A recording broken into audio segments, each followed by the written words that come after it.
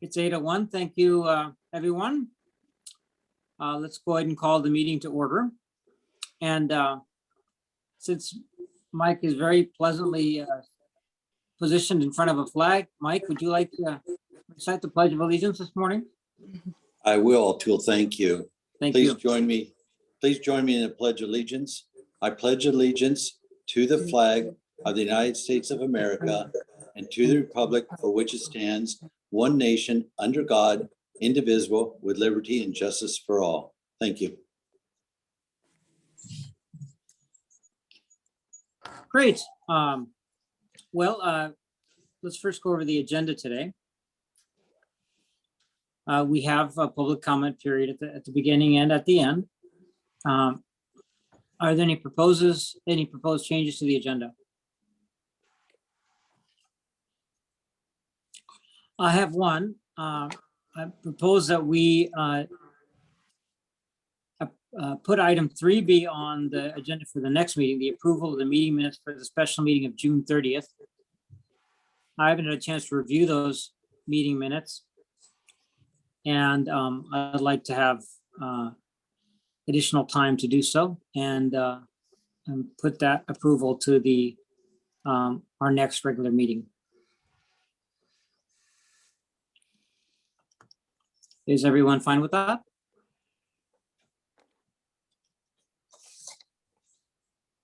I'm fine with that. Great. So let's go ahead and make that change. John, do we need to vote on that? Yes, you do. Okay, great. So I'll go ahead and make the motion to delete item 3B from the agenda. Is there a second?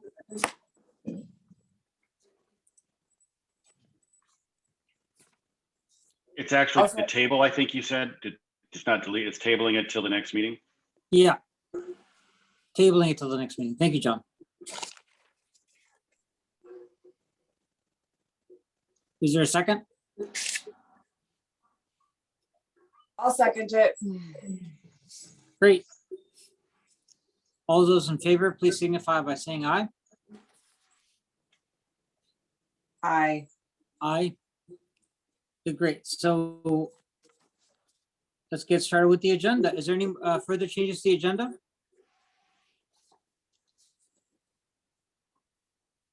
None for me. Great. Let's proceed. So first is item 3A on the consent agenda. We could go ahead and of course approve 3A and C together, but maybe let's do it separately since we made a change. So the meeting minutes of June 22nd.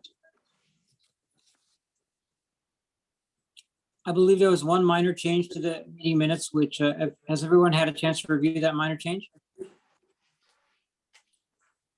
Any discussion? Did Ann email that change? Yes. Ann, did you email it to everyone? John emailed, I'm sorry, John emailed it out to everybody that it needed to be a consent item to add the two words. Yeah, this was on as presented. And so if you want to change it, pull it from the consent, make the motion to amend the minutes, since it's no longer on the consent to make a change. Right. And that's what we're doing, correct?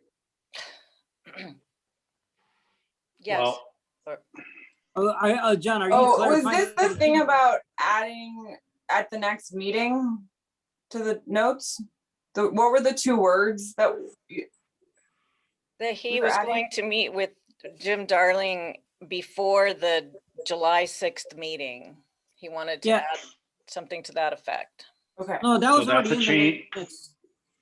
Sorry, go ahead, John. if you're changing the consent agenda to add or take out words from one of the items, then you move to remove that matter from the consent agenda and act on it separately. So you still have a consent agenda of A and C. So you need a motion to remove item A and make the amendment to those minutes and approve those separately. So there's two motions: move to remove item 3A from the consent agenda, then to make the motion to amend the minutes. Then you can proceed. Sure, I'm familiar with that. That is certainly something that we can do. So first, I'll entertain a motion to remove item 3A from the consent agenda.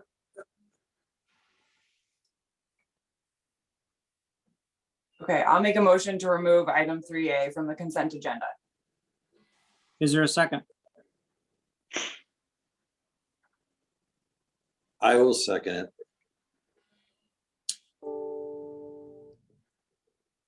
Is there any further discussion?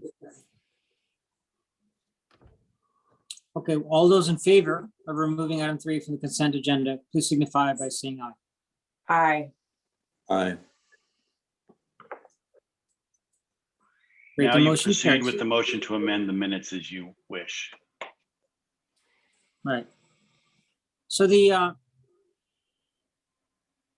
main point of my requested correction to Anne of the minutes of June 22nd was that I had communicated on June 22nd that I would like to have a follow-up meeting with Jim Darling to make sure that the July 6th meeting is a success. And having to do with things like logistics, making sure that all the commissioners got a copy of the agenda before the meeting, all those and other meeting effectiveness type of conversation. So the minutes were worded to provide input. I would say more, my goal was not to provide input, was to provide support for making the July 6th meeting a success. So it was a minor correction. And that's, Anne has made an adaptation to the minutes to reflect that. But we have not all had a chance to review that. So one possibility would put off the approval of those minutes too to the next meeting. I'm fine approving them. It's just an addition of 2 words, right? I can pull up the email. Mike, are you fine with approving them now, or would you rather postpone it? I can approve it now. I'm fine with it. Okay. So do you want to tell us the change in a motion form, all tool, the wording you want it to say? Actually, I think Anne proposed the wording. Anne, could you state the wording changes? Grant commented regarding the agenda for the July 6th special meeting that Desmani has additional input for Darling on the meeting and will contact him beforehand. Those are the words, and will contact him beforehand. Is that what you wanted it to say, all tool? It's fine. I'll make a motion to accept the June 22nd meeting with the changes. And I'll second. Great, there's a motion and a second. Is there any further discussion? Please signify by saying aye, and we can move on. Thank you. Aye. Aye. Thank you. The motion carries. So we'll return back to the agenda.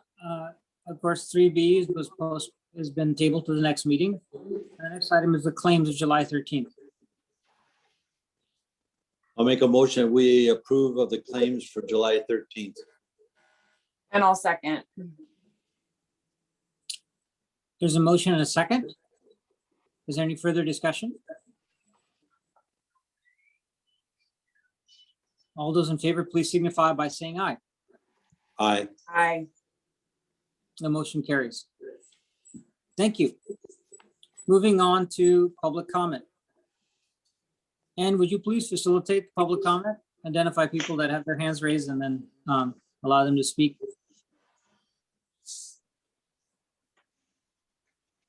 Okay, Jamie Douglas, go ahead, please. Hi, can you hear me? Yes. Yes, thank you. Great, yeah. So my name's Jamie Douglas. I've been advocating here in Wacom County for 9 years about the digital divide. with the pandemic, of course, this issue is really in the public forefront right now. And I wanted to comment on how necessary it is that the PUD move forward to try to secure the funding that's becoming available from different sources. This is a really opportune time to move on this issue. And I think it's critical that the PUD have access to funds that are being made available from both state and federal legislation. Also, I wanted to support partnering with the Port of Bellingham in order to build the necessary infrastructure and to also support using NOAANet to leverage their expertise so that we can move forward in a expeditious way. For me, the goal here is to provide affordable fiber to everyone, everywhere in Wacom County. With that in mind, the real measure of success is going to be the number of people that are actually connected in the different places of the county and at affordable prices. I think it's actually critical that the infrastructure be built in such a way that we have open access here, and that this just doesn't turn into an opportunity for the telecom companies to lock in a new set of customers at very high rates. I want to express my appreciation to the commission and the commissioners for their efforts on this matter. And I look forward to being able to support and work with the PUD and other stakeholders to try to make our county much more connected and part of the whole information age that's been promised for so many years now.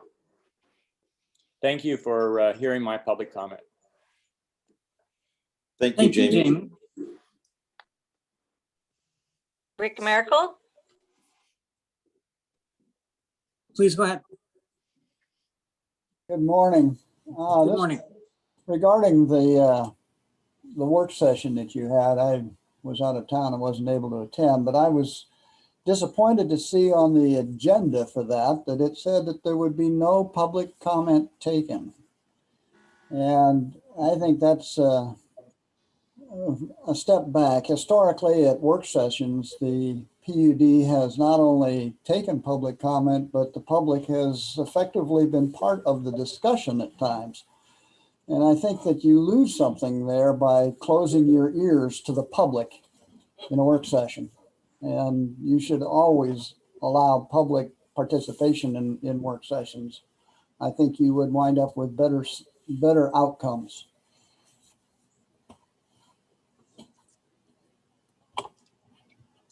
Thank you, Rick, very much. Perhaps we can carry Rick's comment on to our discussion under old business under the general manager appointment process update. Just to think about public input in the general manager process. Thanks for that comment, Rick. Thanks, Rick. It's like that's all for the first public comment session. Great, thank you, Ann. Let's move on to old business.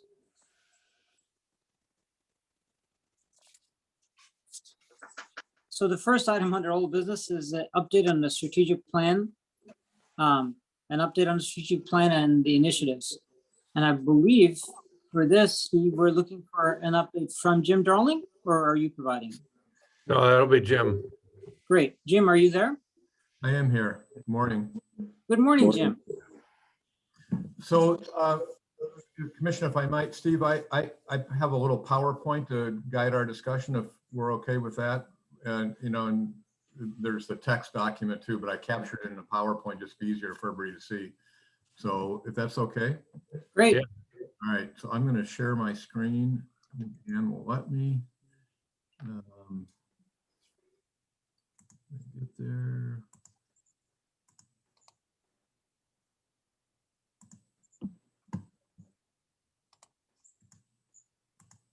There, can you see that? Yes. Okay, good. So we had that discussion. That was a great lively discussion with the commission a week or so ago. And what I wanted to do today was report out and see if we have consensus on kind of the key outcomes of that process, which are really the initiatives 2021 and the general profile for the general manager. And keep in mind that the profile for the GM, that'll be the basis for a job description. That too will come back to the commission for your approval before the recruitment process. So this is just one step on that road to getting it completed. Just as a reminder, the goal here is to successfully navigate the transition to a new GM. Once again, let me compliment the commission and the staff for taking the step back and looking at where you're going strategically in order to make that transition as smooth as possible. So this is a rough schedule, and today we were, if we can, approve the draft of the initiatives 2021 and the GM job profile. As we talked about at the last meeting, your recruitment firm is prepared to start in early August. They could start as late as September and still get the job done by the end of the year. But as we discussed last week, if we can get a jump on that and get them started in August, that would be great. Also too, in August, as they start to that process forward, the PUD will need to finalize the compensation package with them. And last week we had a very preliminary discussion about should we make a determination on PERS inclusion. And so that's a question I think is we need to get resolved either today or in the near term. Having the PUD join the PERS retirement system is a big jump. It's a big step up in terms of cost. And so we may want to give you some time to think about that and see if you want to explore that any further. And then if we get the initiatives, the content of them approved today or shortly after today, then there'll be a publication design, I think, that you're going to want to know. I really want to do between now and September. It won't interfere with the selection process, but this is the formatting and dressing it up, the initiatives 2021. And something that's come up in the meantime is that there may be some strategies that we want to include in there. And in a second, I have an example that one of you forwarded to me, which I thought was great. So we'll talk about the strategy thing in a second. And then sometime in the fall in your normal budget process, there'll have to be the preliminary budget estimates to include in the 2022 budget for some of those initiatives that have out-of-pocket cash types of impacts on the PUD, whether they're consulting agreements or additional staff or whatever. And then, of course, this whole thing is targeting an early start or an early 2022 start for the new GM. So let me move on to actually walk through the initiatives, and there were 8 of them, you'll recall, and I've got 2 per page. And this was generally my takeaway from the discussion we had.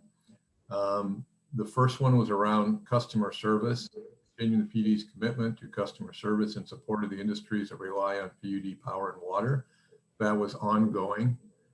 And we did not identify any particular strategies, not that we have to, but if you wanted to add some detail to that over the next several months, that would be of value.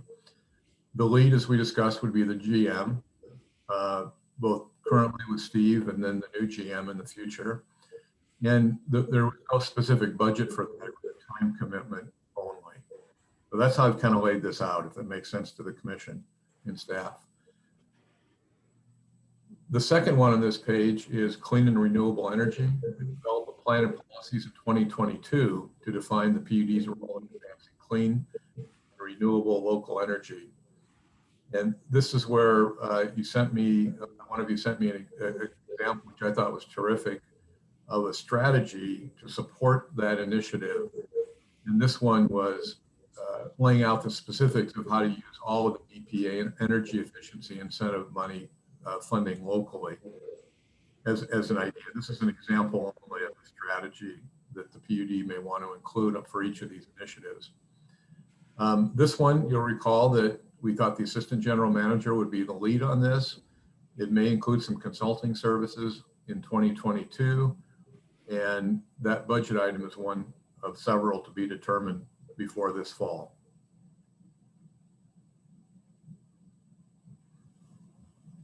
Okay. The next two initiatives are local water resources, continue the PUD's support and assistance in regional efforts to protect and manage local water resources, obviously ongoing, and an increased emphasis as we go forward. As we discussed, the lead would be both the general manager and the manager of contracts and regulatory compliance. Might involve some additional consulting contracts, but that, or may not, but that number is to be determined in the budget process for next year. The fourth one is the technical support of the water associations, continuing what you have been doing. The lead would be the general manager on this one. We weren't as clear, quite frankly, on this one, if it was the GM or with somebody else in the organization, but I do know that this is our one number that you've had a budget commitment of, I think, $35,000 a year to continue your existing contract for technical support, and that would continue. And I by the way, in some of the draft documents, I had mentioned that this might be one where you would use a community services group, and I misspoke in my draft. So I think this is more of the consulting contract that you've had, which is, I understand, has worked very well. Number 5 is water supply. Explore a pilot project with ecology funding and other partners to demonstrate the feasibility of providing water supply to those in need. And then I listed out piped water, water storage, and solutions other than stream extraction. This would be done in 2022. It would be led by the GM and the manager of contracts and regulatory compliance. And once again, too, there may be a budget allocation for this that you'd consider in your fall budget deliberations. Number 6 is green industry at Cherry Point. Explore an interlocal agreement with the port and county to analyze and advance green industry at Cherry Point. Once again, it would be the GM, done in 2022. It's a little bit further out, and that might include a financial contribution to an interlocal, because we don't know what that's going to look like yet. So that may be a consideration.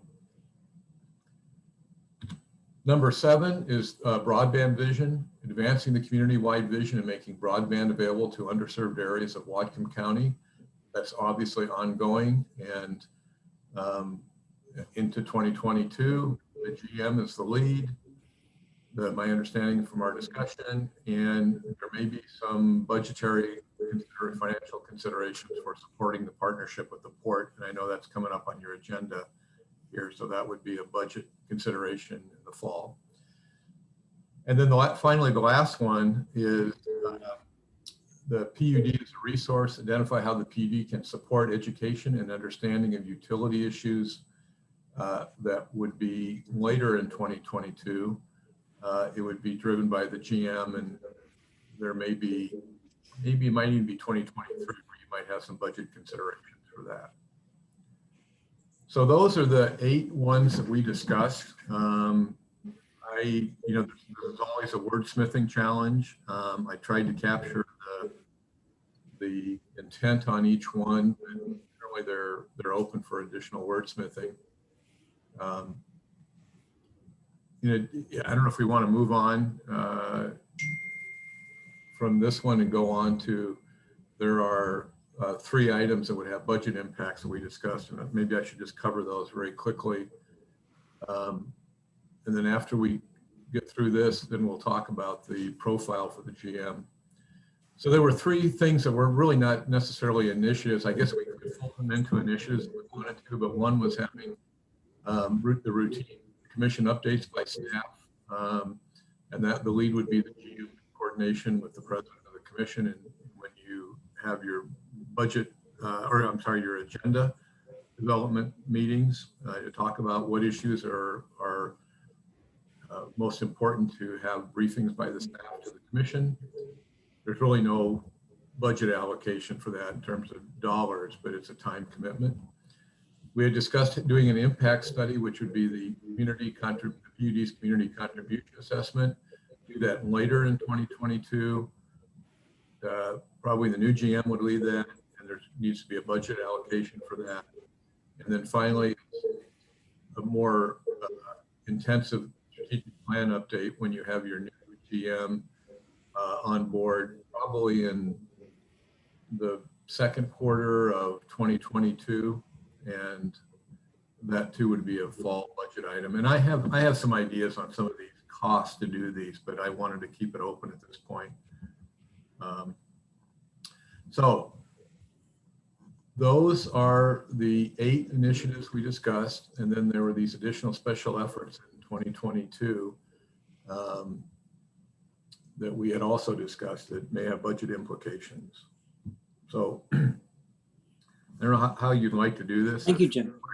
Go back, commission, and go back through them, or what's your pleasure? Commission, how would we like to proceed? Comments, questions on Jim's presentation? O'Toole? Yes, Mike, please. Yeah, thank you, O'Toole. Hey, Jim, going to your 8th item under, PUD as a resource. I don't know if that explains to the community what we were talking about there. I don't know if a person will look at that and say, oh, they want to tell me how much it's going to cost for my utilities. It leaves me with not understanding. I thought we were going to be a resource of if people had water questions, broadband, electrical, that we are involved in, that we would be sharing that information with the community or trying to find the answer to some of these questions for the community. Do I have that wrong? No, that's Commissioner, that's exactly correct. What I tried to do here was capture them succinctly, and I guess you're right, at the expense of, okay, so what's the detail? So I think when we produce these initiatives, we can add that type of detail.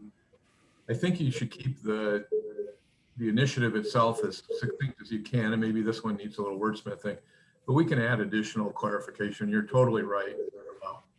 The notion was that you'd be the go-to resource on utility issues for the community. So maybe that one needs some good wordsmithing in addition to some other detail.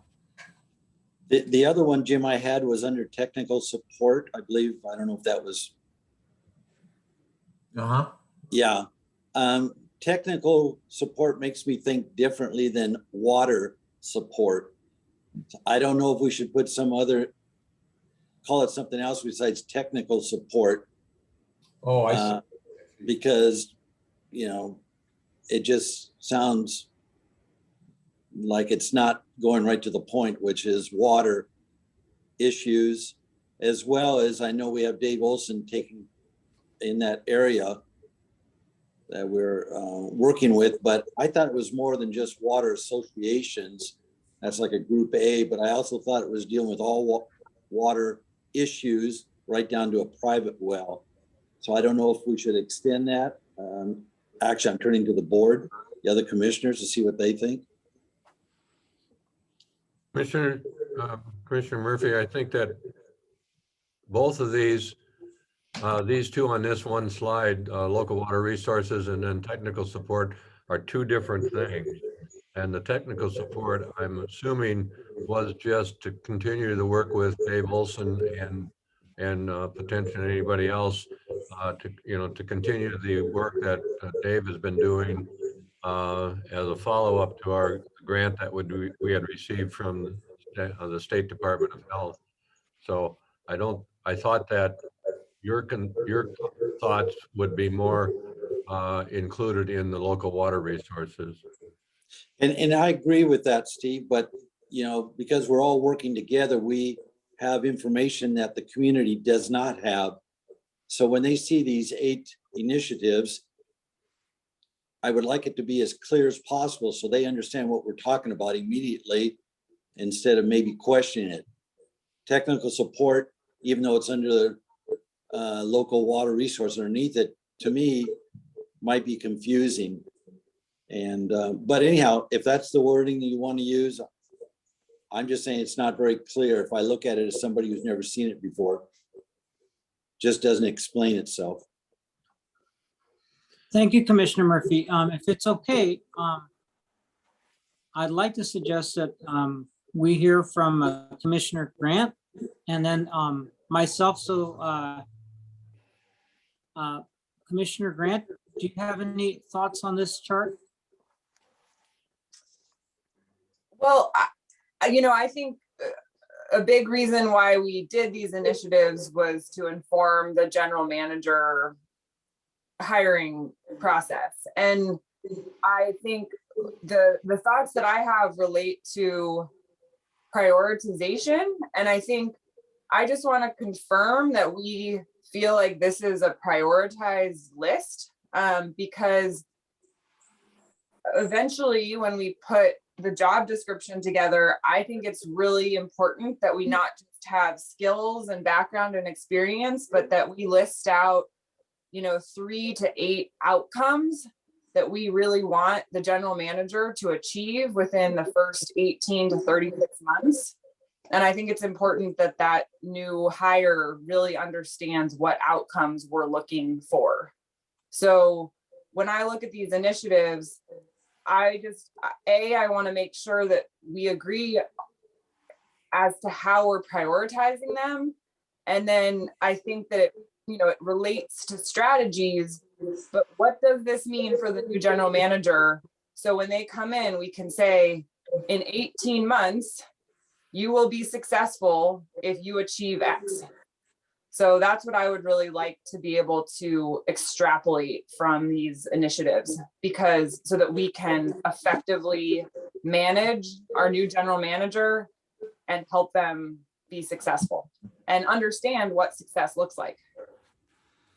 And Christine, if I may, Christine, when you say that they're in the order we want them to be in, you do realize that the broadband vision is number 7. It's not number 1 or number 2. If we're going to use that as priorities, I would then think broadband should be higher up the list. Exactly. So that's where I think it's possible that we need to have a longer discussion about our priorities, and then make sure that we clearly convey that to the general manager candidates. And, I've said this before, but if you have, in my opinion, if you have more than 3 priorities, you have no priorities. But I think something from like 3 to 5 key outcomes with specific dates for the general manager would be good. And then that makes our lives easier. When we evaluate the new general manager, we have very clear guidelines for whether we know if they're successful or not. And Let me try to, go ahead, Jim. I was just going to say, yeah, the order of these weren't, there was no rhyme or reason to the order. They're actually how they came up from the existing 2025 strategic plan. And I just kept that order, but that wasn't prioritized either. So yeah, you could go through a process and prioritize these pretty easy. So if I may commission, Jim, take a little liberty here and try to summarize comments of the commission and maybe propose a question. And first to summarize is that what I'm hearing is that this chart isn't quite ready, and it needs additional work. And the question is then how to do that additional work. So I'd like to propose an idea. And that would, for us to come back to this on a subsequent meeting.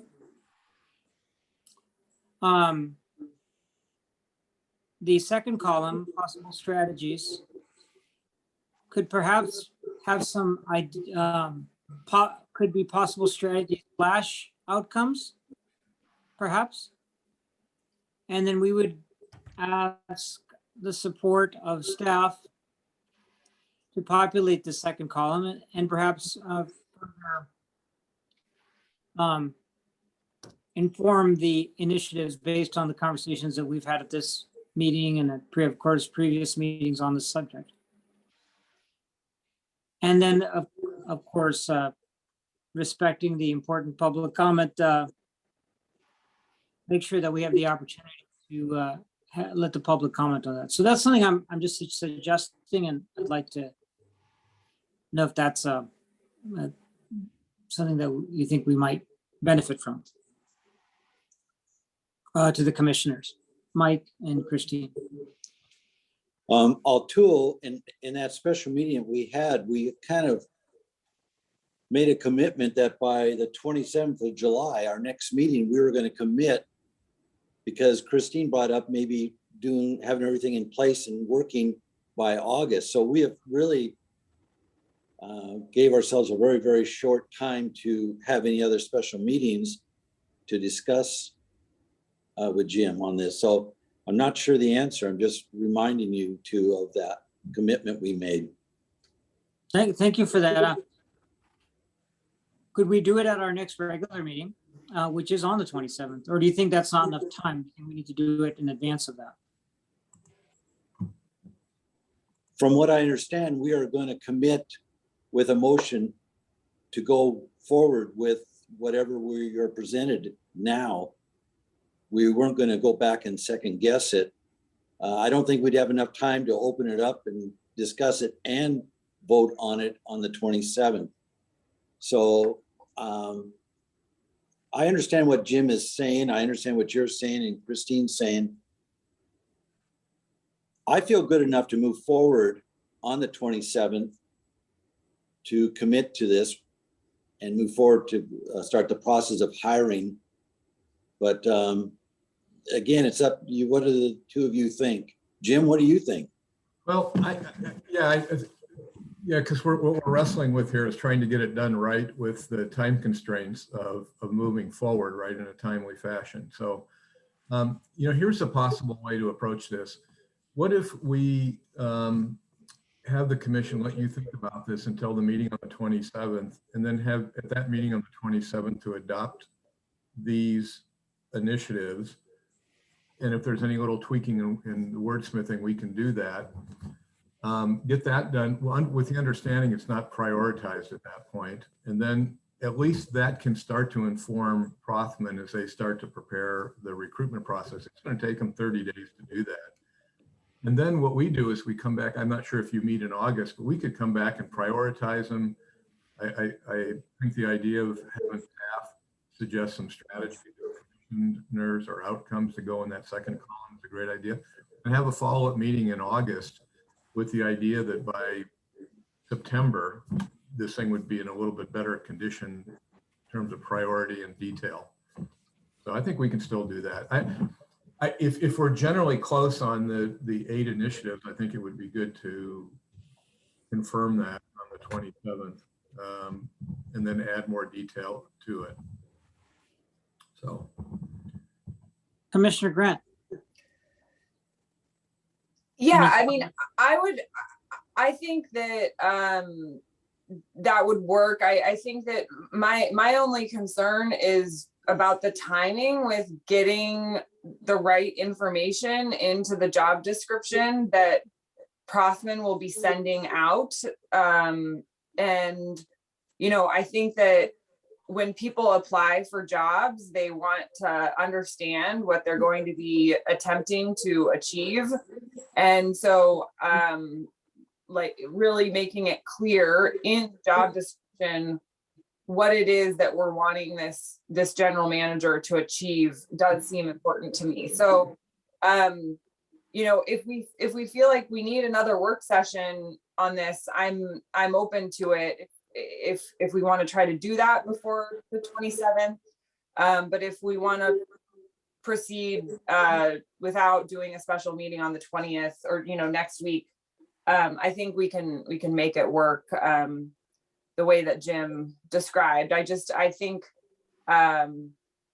really think it is important that we get crystal clear on our priorities and translate those into outcomes.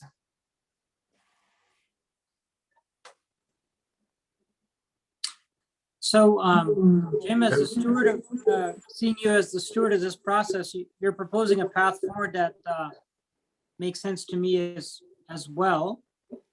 So could you lay out for us, for the commission, whether you think we need a special meeting or you think we have everything we need to do between now and, let's say, the August timeframe to approve these initiatives in general form on the 27th and then further refine them and prioritize them in August as part of a regular, as our regular agenda. Sure. So keep in mind, in my discussions with Prothman, they said they could start September 1. We had advanced to August 1, right? And so we've got a little bit of time here, which is good. And this is really important for you. So I think taking the time is important. So, and I'm on this, the calendar note here that I have up, early August, begin the recruitment process. That's actually not to start sending stuff to people. That's for Prothman to get organized. They have a lot of work to do. They probably wouldn't hit the street until sometime in September with recruitment advertising. So having said that, I think it would be good on the 27th to approve these in general, non priority, and then schedule either a special session or one of your regular meetings in early August to go through and refine it. And we could also use that meeting in early August to finalize the job description, because I'll get it to you for your meeting on the 27th, and you may want to sleep on that too, and then approve it in early August. So I think that would work fine. And it works in the schedule too. So I think it's good. And just to clarify, we'll be keeping this on our old business agenda items. So we'll be definitely covering this on 27th and probably one or both meetings in August. Can I ask a question and maybe provide an observation or two? Thank you, John, please. So first of all, just looking at the initiatives, I observed that there seems to be about four in the ongoing or kind of current bucket, if you will. So it's kind of responsive to Commissioner Grant's, that there's only 3 or 4, initiatives you can really hold somebody to. The others are kind of longer term, develop a plan. There's some time in 2022 or later in 22. So I think when you look at these initiatives, there seems to be a natural divide to those 4 that are current and present, and then some that are term later. So to the extent there's a priority, it may be temporal in terms of time. The other 2 observations, I think Commissioner Grant has said again and again that a desire to start early in August, concerned with the time frame, concerned about hitting the holidays, and if we have to restart. And I guess, Jim, from your conversations with Prothman, is they can get going in early August, and these initiatives could layer into their process before they get going, as well as that work, that finalized job description, layer that in as they're getting going in early August. So I guess my observation there is, if there's a little drag, it's not going to impinge what otherwise would have been an August start time for Prothman.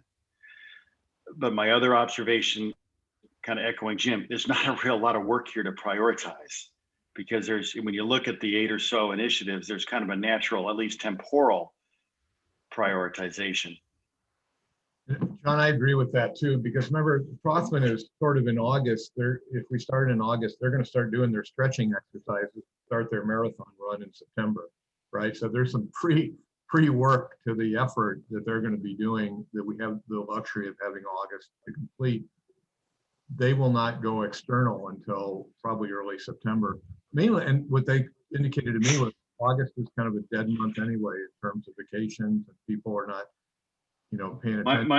My only concern would be in this time frame, is the early job description, because they need to look at that, vet that, and come back to the commission with a salary range recommendation before they go on the street with the job, it seems to me. So if there was a process priority, it may be getting the job description refined and finalized so that Prothman can look at salary ranges and bring that back to the commission in early August, mid-August, before it goes out in September.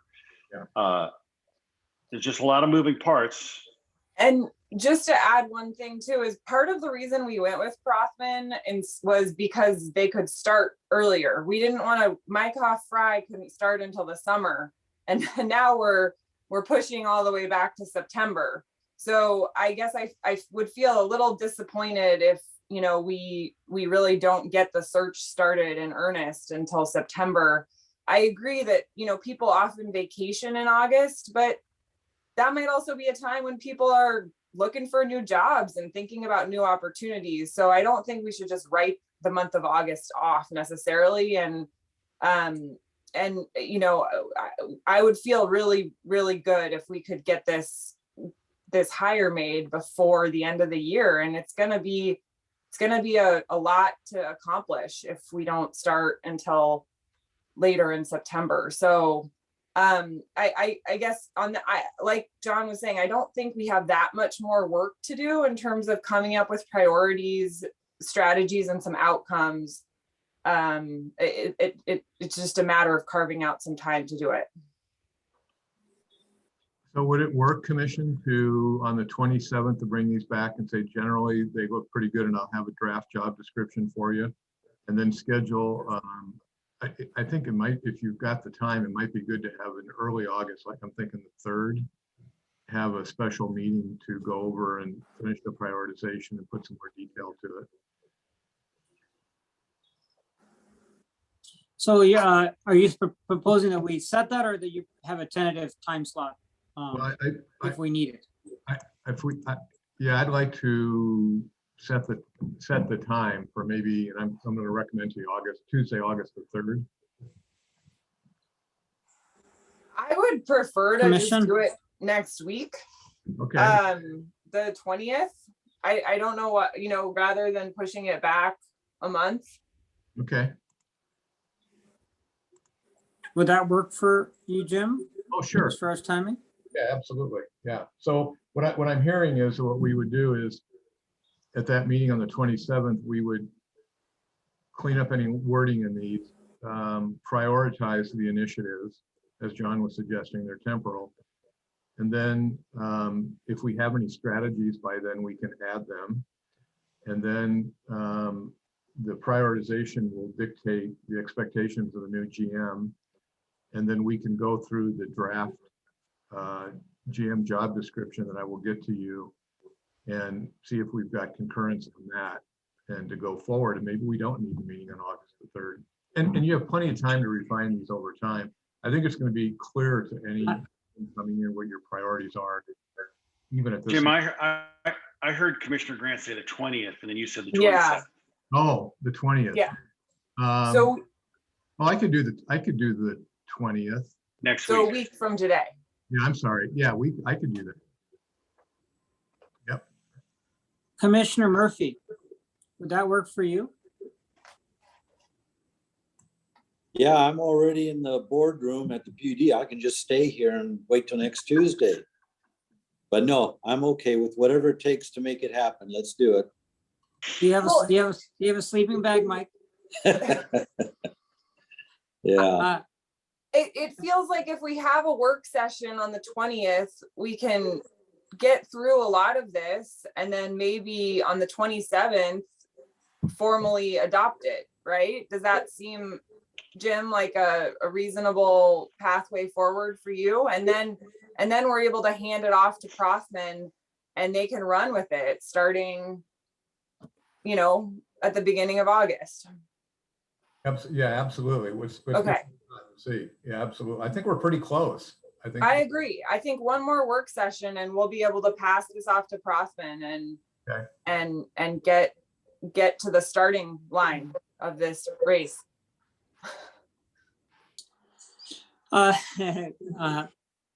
I may, I'd like to just check in with Steve, and see if, Steve, you have any comments about this, proposed pathway here before we proceed with, calling for a special meeting. The only thought I had was when you start prioritizing these, I would just ask you to keep in mind that, yes, some of these are specific to 2022, and that you will utilize those to measure the success of the new GM and utilize them also to set that tone, if you would, through the job description and the recruitment process, and what that new GM is expected to move ahead on, for the commission. But even though some of these are very specific to 2022, that most of these are already ongoing in terms of, engagement on such as broadband and renewable energy. It's not that we put a lot of time and effort into some of that, but these are not new. And so as you move between now and the end of 2021, there'll be a lot of work that needs to be done to make sure that our ongoing efforts are not, if you would, deprioritized. And then especially I look at issues like watershed, water supply, those kind of things. I would just, ask you to not prioritize some of these down the list, if you would, because they are major programs that hopefully you'll keep going. Thank you, Steve. Can I ask Steve a question, please? Please. So Steve, what you just said, should we take the 8 initiatives and put them in a priority, or are we going to just say these 8 initiatives are what's important to the commissioners, not really putting a 1 to 8 on them, but they're equal importance to us? I'm not suggesting that, Commissioner, and if that's the way, is that what you heard? That's what you heard from me. I'm just saying that as you move ahead and prioritizing and committing to all of these, just keep the discussion relative to all of them going, ongoing. I think it's appropriate to establish priorities that you specifically want the new GM and the district to advance. I think that's appropriate, but just so that we don't lose sight of all of these as ongoing efforts, that's all. And, what we might do in terms of prioritizing renewable energy, the impact of what the district has done and will be doing, hopefully, in watershed management, water supply, water resources. We just got to make sure that we keep all the dots on the screen, so to speak.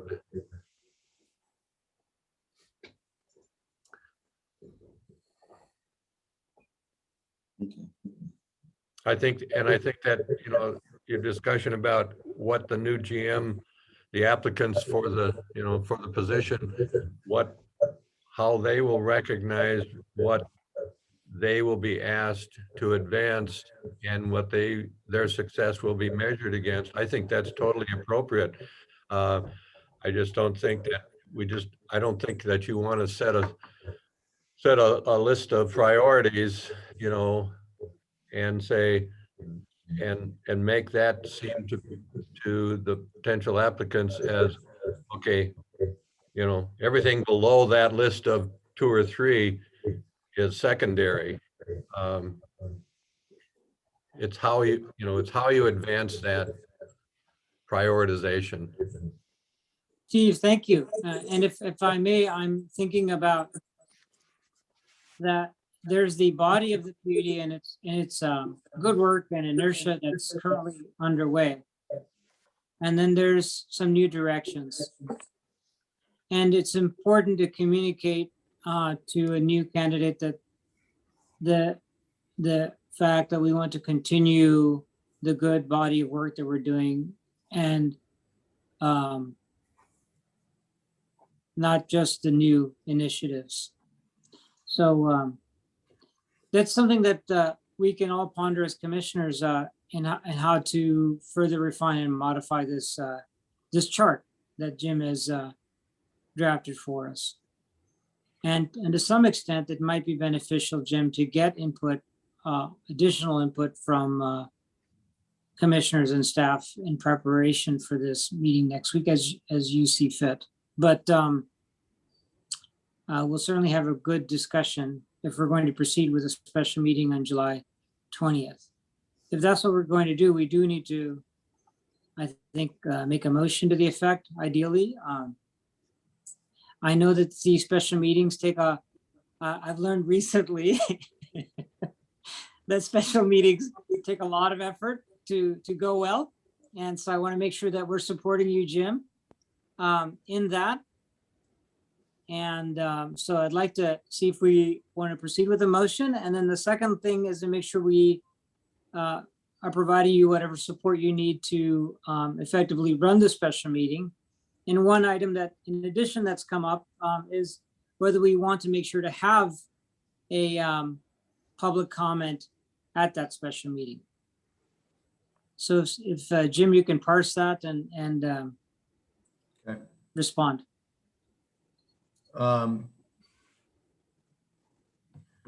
Yeah, we'll put together an agenda. I think it would be good to have some public comment at that meeting because that's kind of your critical meeting. I don't know that you're going to be making decisions necessarily there, or you'll do them on the 27th. I would assume on the 27th. But I think you could make some time available. It's always a trade-off, right? Because you're working as a deliberative body and trying to work together and get things done, and time is limited. But I think that would be important. The other thing too is I will work with Steve to try to get at least some preliminary ideas of what the dollar amounts might look like in these to be determined, just roughly to get kind of order of magnitude. And perhaps I should work with Steve directly on what the ongoing work plan is and have that too for next week. Steve was talking below, everything else is below the line. It's not. So these are new initiatives, or let's say re-energized initiatives. So I can try to put that together with him as well. And Steve, I would ask that you take another look at the staff leads to make sure those are correct. So. Yeah. Commissioners?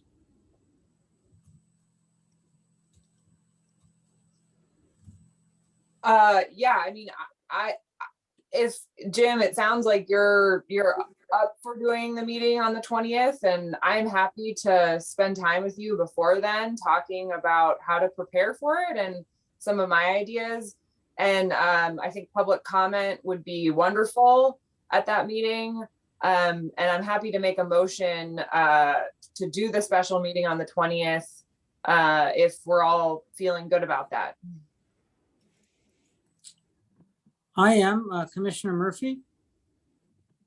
I am fine with the meeting for the 20th. What time? Anybody have a time for that meeting? 8. 8 works for me. Works for me. Great. Okay, I'll make a motion. Does that work for you, Steve? I guess we didn't hear from you. Yes.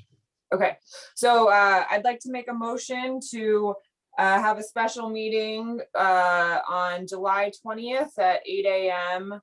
to continue our strategic initiatives planning. Second. There's a motion and a second on the table. Is there any further discussion? All those in favor of the motion, please signify by saying aye. Aye. Aye. The motion carries.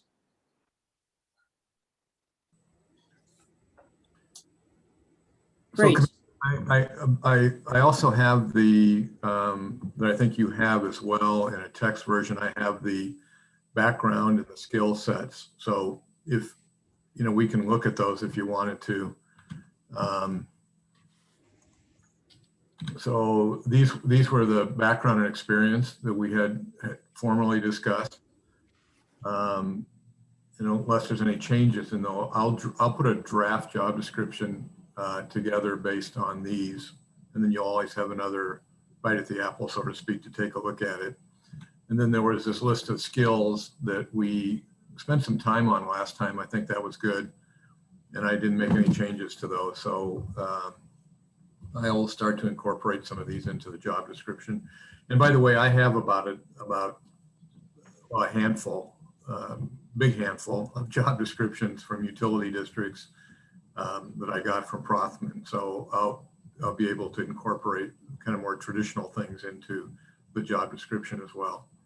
But I've got a good feel for what you want to see in the job description. I communicate to candidates. So I'll do the preliminary layout accordingly and have a draft for you to look at for next week. Thank you, Jim. Okay.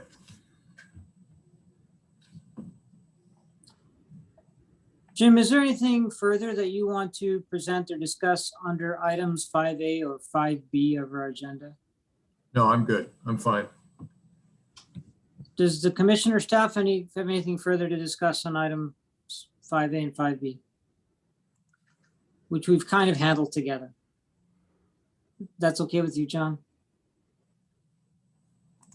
Let's move on to item 5C. The approval of purchase of transformers for the refinery substation. And looks like Brian's going to handle this. Yes, commissioners, I'll start off, and I'm relying on Alex Strand as my backup when we get into some of the details. At the commissioners, at your June 8th meeting, you approved two actions. One was a rejection of all bids for the power transformers for the refinery substation. And this was actually the second round of bidding for those transformers. The second action was you approved resolution 793, which was a waiver of the competitive bid requirements based on the fact that we rejected all bids previously, and in a sense, there were no responsive bids for those transformers.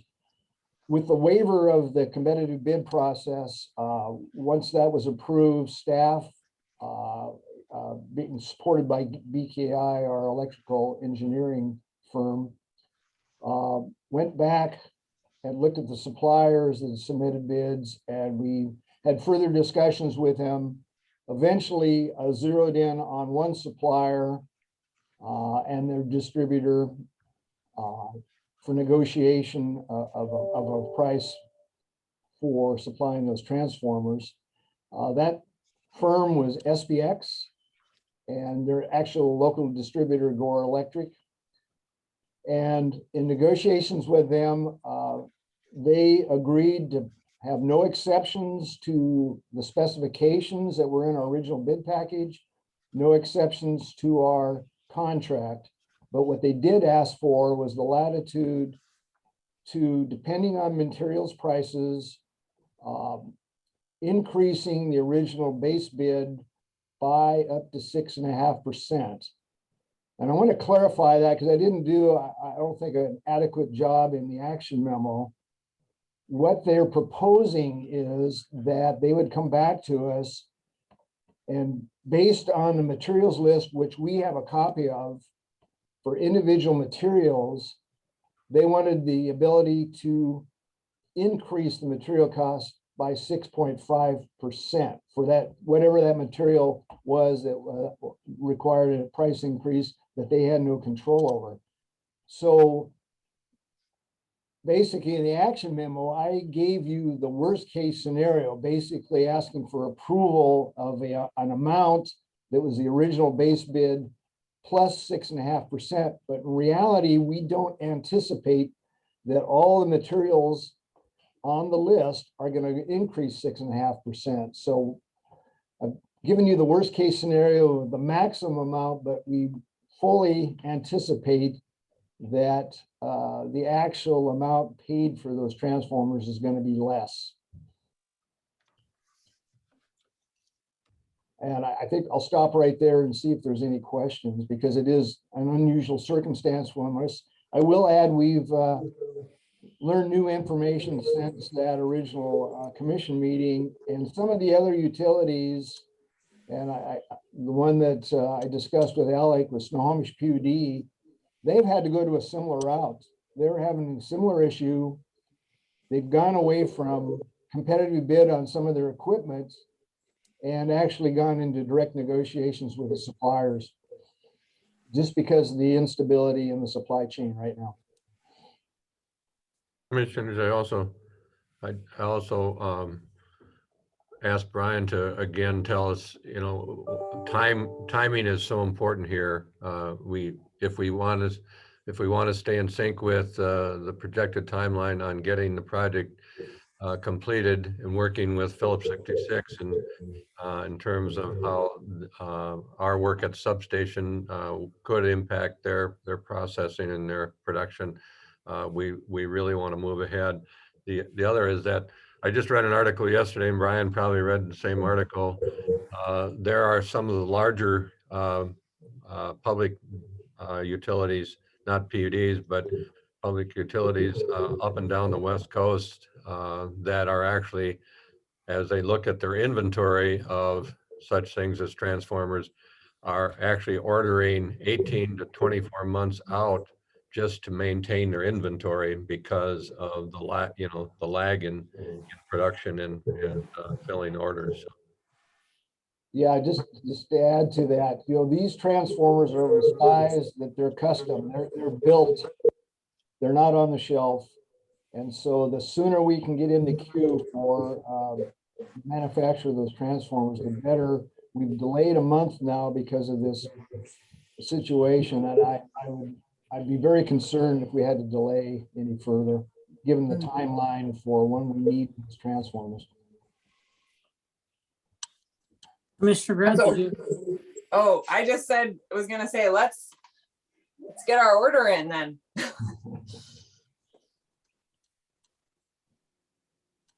Just, yeah. For the comments, questions?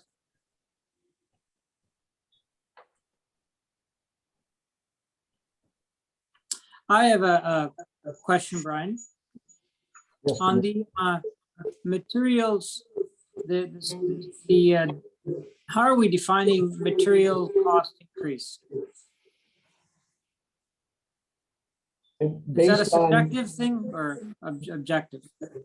Well, no, it's based on the manufacturer has an original list of materials and the price, you know, per unit, whatever that material is, whether it's copper, you know, winding material or whatever oil that goes in the transformers. That's what Be able to compare original cost to any increased cost for whatever that component is. So we have a basis to start from and compare to what's being proposed. Great. That's all I had as far as questions. Then I think it's appropriate to entertain a motion to approve the purchase of transformers. I'll make a motion to approve the purchase of transformers for the refinery substation. Is there a second? I'll second that. There's a motion and a second. Is there any further discussion? I'm sorry. Please, Steve, go ahead. Just a comment that the motion that'll read in the minutes will include the cost not to exceed the $2,190,594, just so that.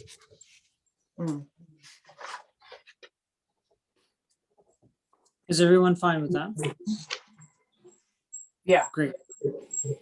There's a motion and a second and a clarification on the motion to include the not to exceed. All those in favor of the motion, please signify by saying aye. Aye. Aye. The motion carries. Thank you, Commissioner. Thanks, Thank you, Brian. Thanks for shepherding this process and on a little bit unstable waters. Thank you for that. Well, I'll turn around and thank Alex Strand for, he was doing the direct negotiations, so. Well, thanks, Alex, too, then. Let's move on to new business. So the first item under new business is related to broadband, and that's the interlocal agreement with Port of Bellingham. Who's taking this item? I will take it, Commissioner, and also I'll ask John to chime in on this after my initial comments. Thank you. And I'd also, before I start making my comments, I'd also like to reach out to Port of Bellingham staff, all the way from Rob Fix, Gina, and commissioners actually at the Port of Bellingham on willingness to consider this. It's my understanding that the Port Commission will also consider this at their afternoon meeting today. So a lot of work on this over several months. Actually, we started talking about this almost a year and a half ago. So, but it just in the last couple of months, we've made significant progress. And the result of all of our discussions is this draft interlocal agreement with the Port of Bellingham. And as I noted in the action memo, it's pretty much aligned with, I expect, with all your thinking on how we can express our interest in working with the Port of Bellingham on developing broadband services throughout Whatcom County. I won't go through a lot of really any detail.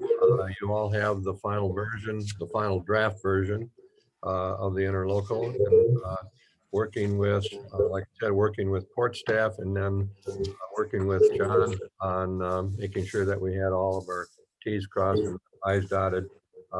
We think that we've come up with a not only a good statement as to the purpose of why we want to work together with the port, but also identifying a process of how communication and interaction and decision-making will happen as we move forward. So with that, I'll just let John make any comments because we asked John to step in and making sure that that the document really aligns the legislative authority that we have in partnering with other agencies, but also making sure that that from both the PUD standpoint and the port standpoint, whether this reflects what you all have indicated, as well as from the port's perspective, whether or not this aligns with their thinking. So, John? Thanks, Steve. There has been a lot of feedback. I'm not sure anyone has a second mic on, or if you're not speaking, maybe put them on mute. I'm not sure where the feedback's coming from, but thanks. Yes, it's a collaborative effort. I think there's a lot of input from Commissioner Grant, Steve, Gina, Commissioner Shepard, Rob Fix to get this draft to this point. It builds on the 2018 interlocal between the port and the PUD for joint planning and feasibility. It sets forth a steering committee to try to have the two public entities work together collaboratively. There's no express financial commitment. You can have task orders that each commission would have to approve to go forward for further steps in hiring. It would be the concept is that you might approve those and the steering committee would approve those, but any binding obligations would go to the commissions, each commission for approval. So there's kind of a couple layers to get through that process. So This is here for your approval. It runs through 2024, at the end of 2024. As the commission knows, as I've expressed to both staffs and both commissions, I do represent both entities. We have a waiver on file to work on this. There weren't any confidences between myself, the port, and the PUD as to this agreement, and it's a joint effort. If there was any conflicts or disagreements in the substance of this, we would have been sending the parties out to work on this. We've shared our time on this with both entities.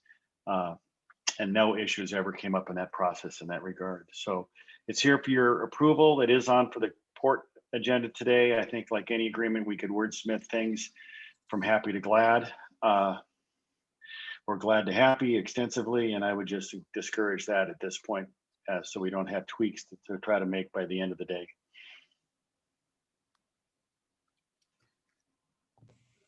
Commissioners, any comments? I'll jump in. I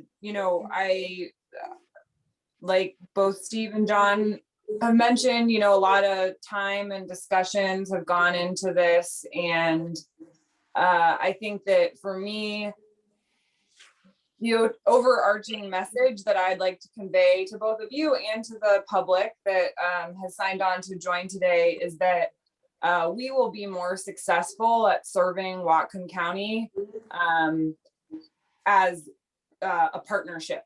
So to me, a big opportunity right now is the hundreds and millions of dollars of funding available at the state and federal level for broadband.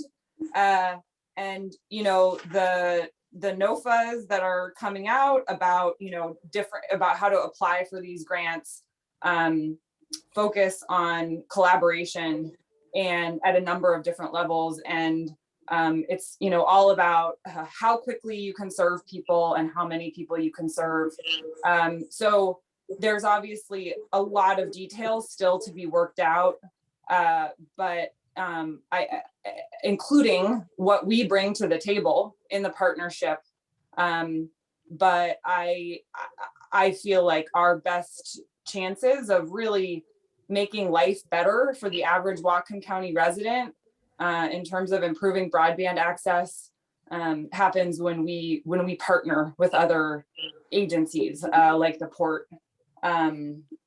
So that's kind of my overall message on this, and just have been really impressed by the amount of thinking that has already happened at the port on a lot of this. And it is very dynamic right now. Things are changing quickly. So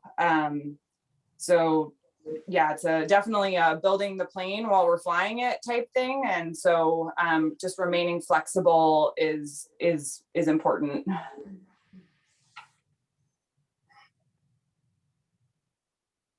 Any comments, any further comments, questions? I have a question, but please go ahead, Commissioner Murphy. Thank you. Well, I'll be repeating myself, so I'm just going to say I really appreciate all the effort everyone's on both sides, Port and PUD, has put into bringing this interlocal agreement together. I'm looking forward to learning more about a steering committee, and maybe sometime soon, either Christine or Steve, you can tell us what that means. Sounds like it's going to be co-shared by either a port or a PD commissioner. And I'd like to learn more too. At the time it says setting the agenda will be done by the broadband project manager / port staff. So maybe it's good we didn't hire a broadband manager, because it sounds like the port already indicates they have one. So looking forward to future on this. Thank you.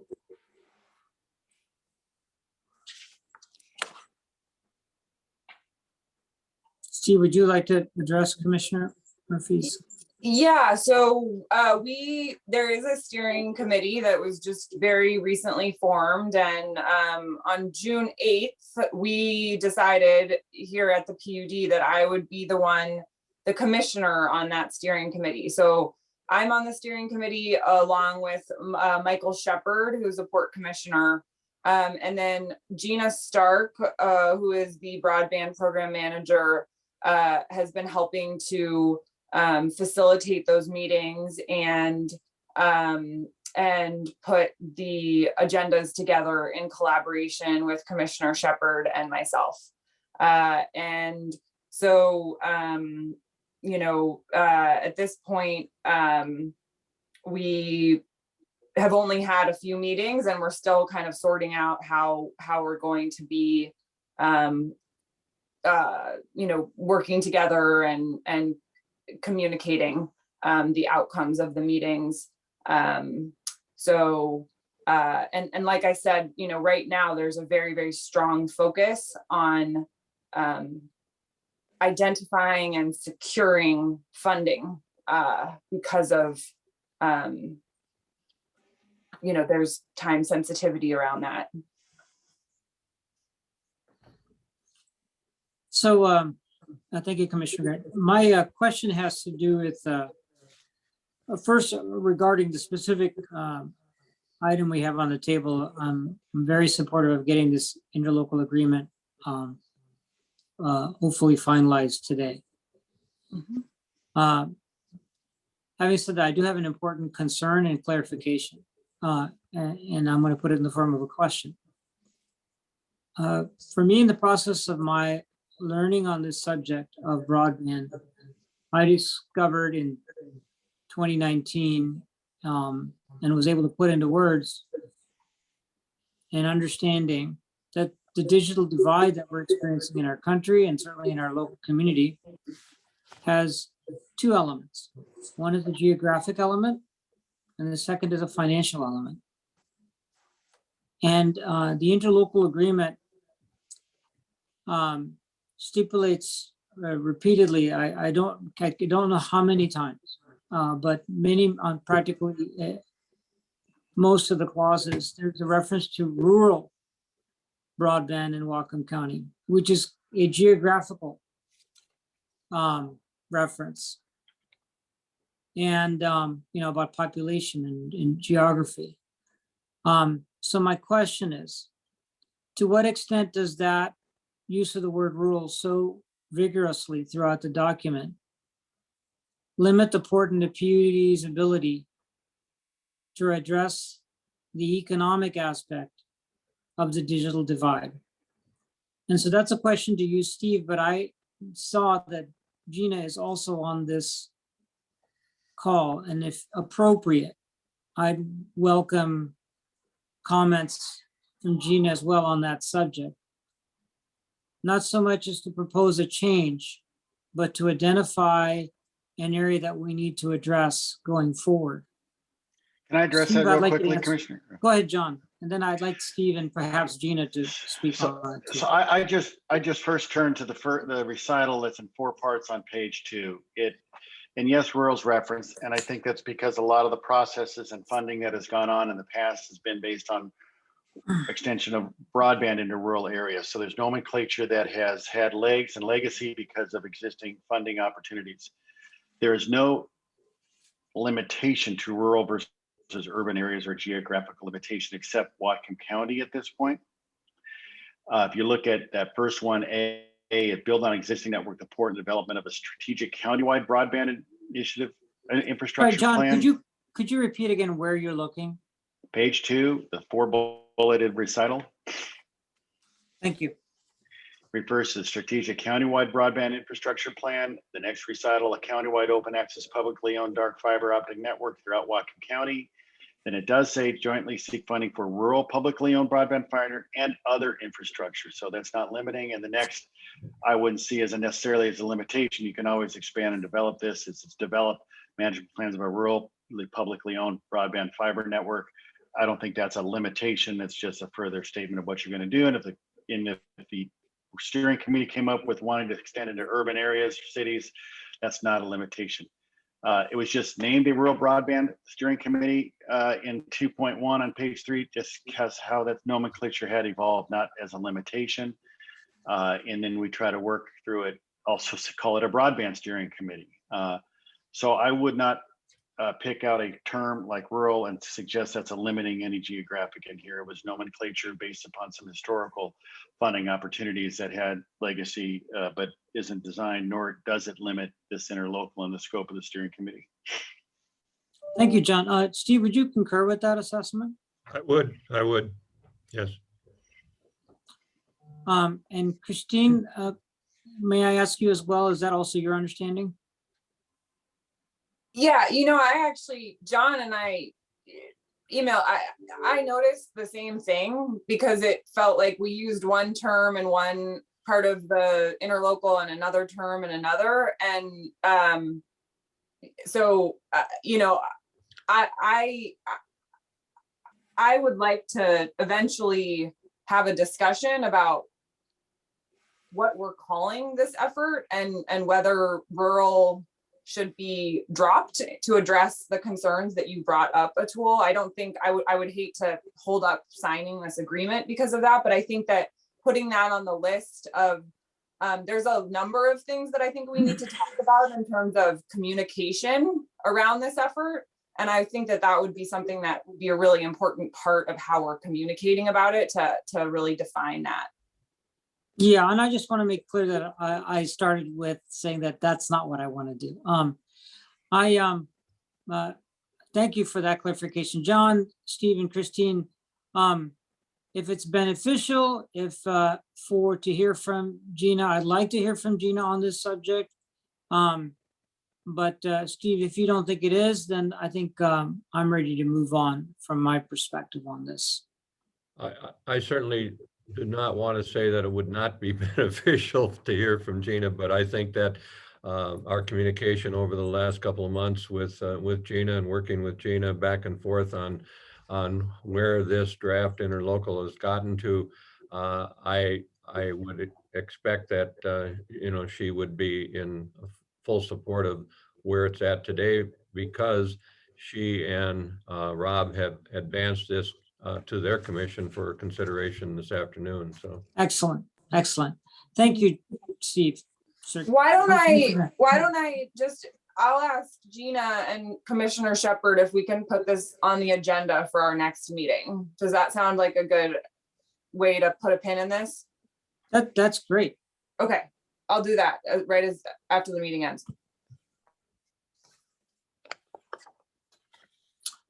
Is there any further discussion on the interlocal agreement with the Port of Bellingham? Then I'd like to entertain a motion to approve the interlocal agreement with the Port of Bellingham as currently presented. I'll make the motion to approve the interlocal. How about the broadband interlocal agreement between the port and the PUD? Great. Is there a second? I think Christine was trying to second that, but she was on. I'll second, sorry. Great, there's been a motion and a second. Is there any further discussion?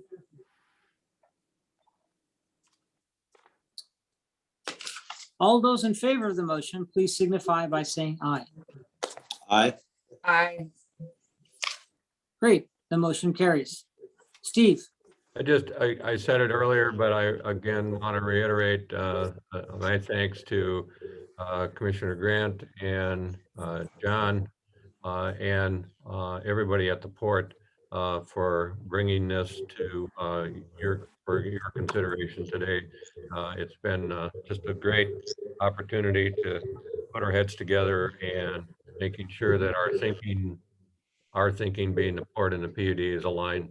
And this really gives us a formal opportunity to move forward and working together. So. And thank you, Gina, for all your hard work too, since I know you're listening.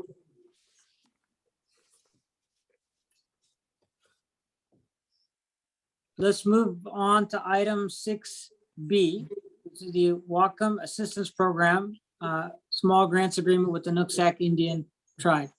Steve, are you handling this? Rebecca will handle this. Wonderful. I haven't seen you for a long time, Rebecca. I'm so delighted you're presenting today. No, but I can't hear you. You're muted. Thank you, Commissioner. Sorry. You might get tired of seeing me because I have a few more of these coming up down the pike, hopefully at the next commission meeting. So thank you. This is the second Wacom Assistance Program Agreement that I'm asking the commissioners to sign. This was in the first grant round that we had where we only approved 2. So the Nooksack Indian Tribe was the second one to be awarded through that first granting round. They're ready to go, and I don't know if I need to provide you with any more background than what I provided for you last time. I would just ask that you approve this agreement so they can begin work on their project. And please ask questions if you have them, if you want any clarification. I would just Please, add, just add for anybody listening in, public listening in, and Sure. that just to remind everybody that this is a pass-through of dollars, and the only cost to the district is all the time that Rebecca spends on it, which sometimes, and this is an example, takes a lot of time for a very small amount of dollars that we're administrating and passing through. But just a thanks to Rebecca for everything that she's doing on these. Thank you. thank you, Rebecca. Any comments, questions? I'll make a motion that we approve the small grant agreement with the Nooksack Indian Tribe of $10,000. Authorize the general manager to sign the agreement. And I'll second. There's a motion and a second. All those in favor, please signify by saying aye. Aye. Aye. The motion carries. Thank you. Thanks, Thank you. Rebecca. Thank You're you, welcome. Rebecca. Look forward to seeing you again soon. Okay, next meeting probably.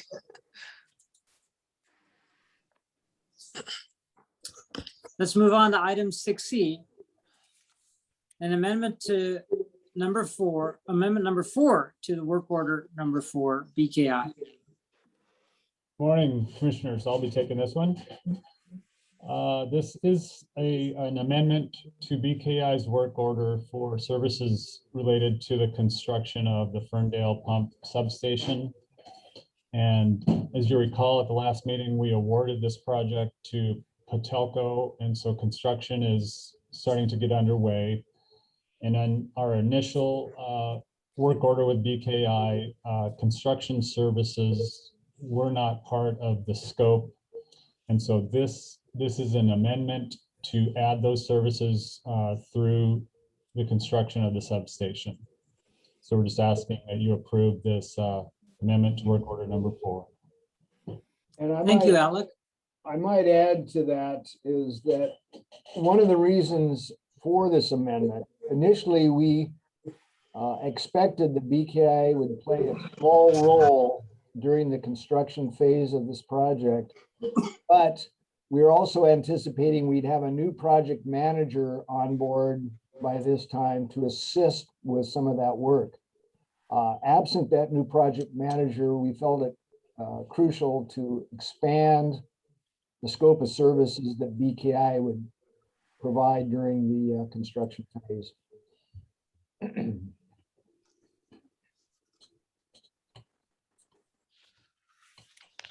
Questions, comments from the commission? I have none.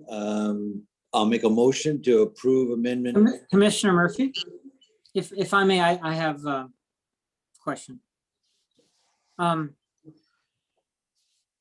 The question is that on items like this, where we are increasingly relying on purchase services to substitute for what we thought would be staff time, is there anything that we need to be doing in terms of budget process to be shifting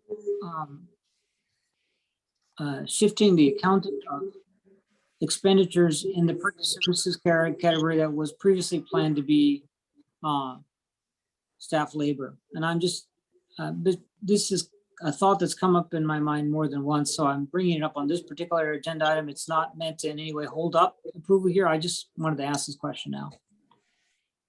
The answer to that, Commissioner, is yes.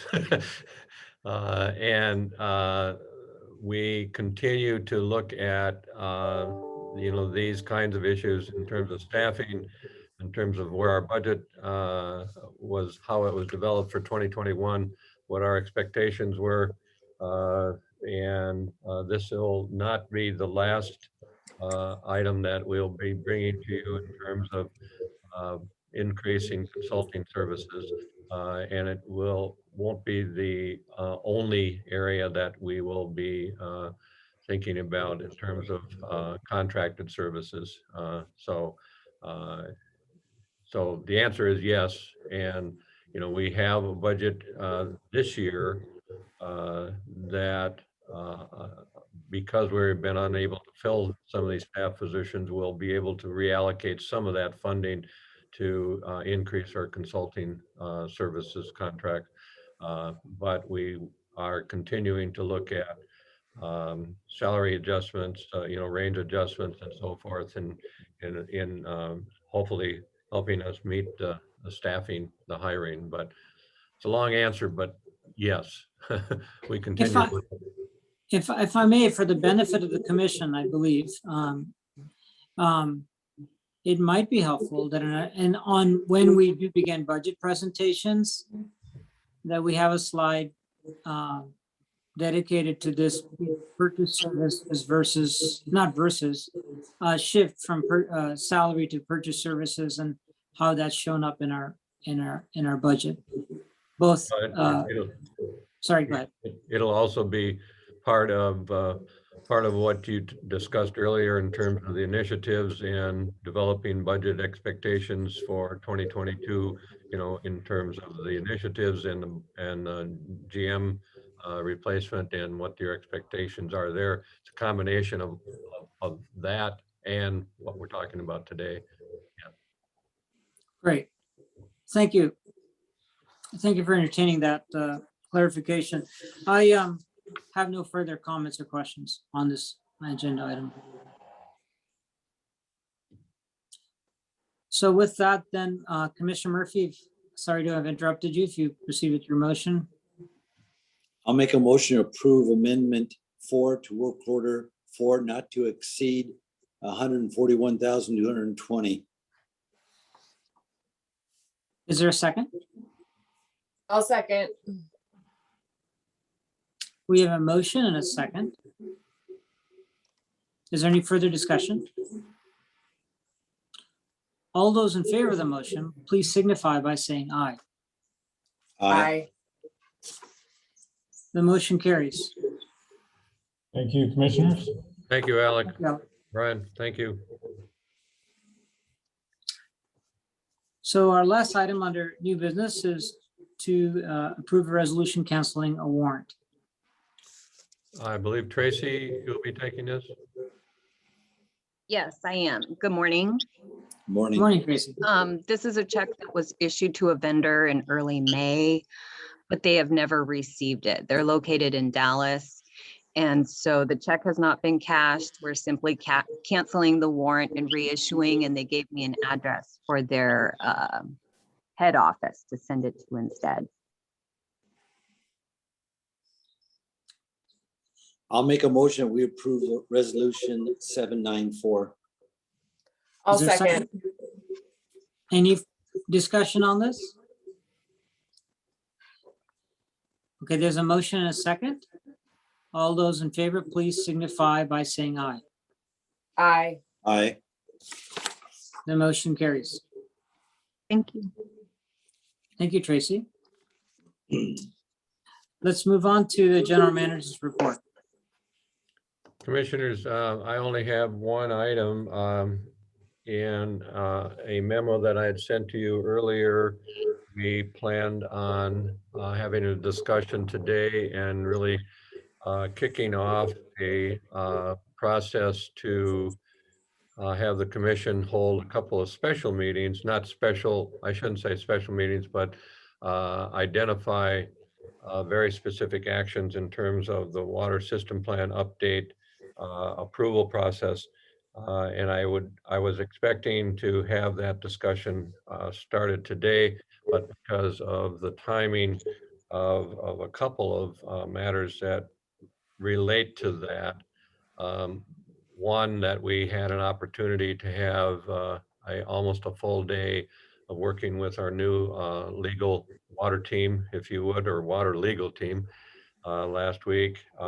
And they expressed an interest in reviewing our draft water system plan update that Dave Olson has provided.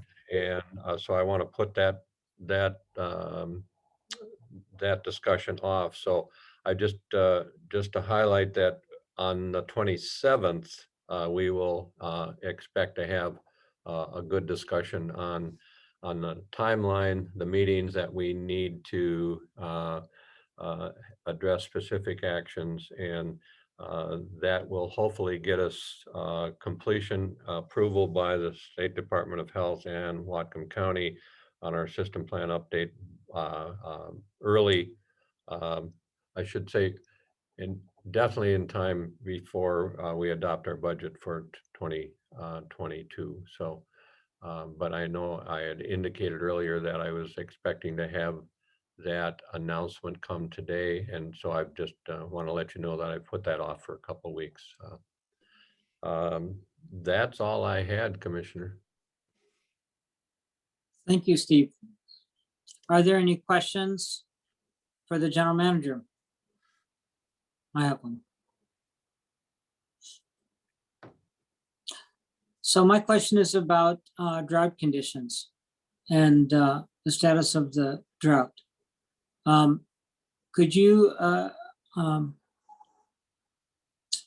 think it's appropriate to ask you to, you address this at our special meeting, which is focused on the general manager recruitment process and the initiatives. But I think a lot of the people that would attend regular meetings may not have been there. So I just want to ask you if you could summarize what we know currently about the status of drought as it relates to Wacom County. My understanding, Commissioner, that the state has not specifically identified Whatcom County to be in drought conditions, although that's my expectation based upon what I heard in the last few days, that we can expect a declaration of drought in Whatcom County fairly shortly.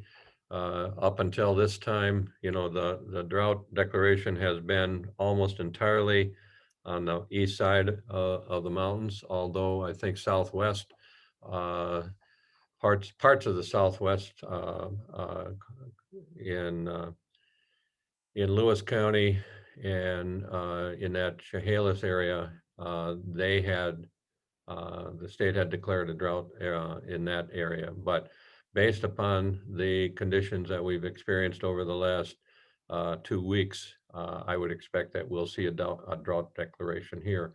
I think that based upon my discussion and communication with several farmers and with the ag community, I think the hope is that based upon the berry crop specifically, that the farmers will be able to get through this season without a significant impact on the production because of water supply, although the heat has caused a major impact on raspberries and strawberries this year.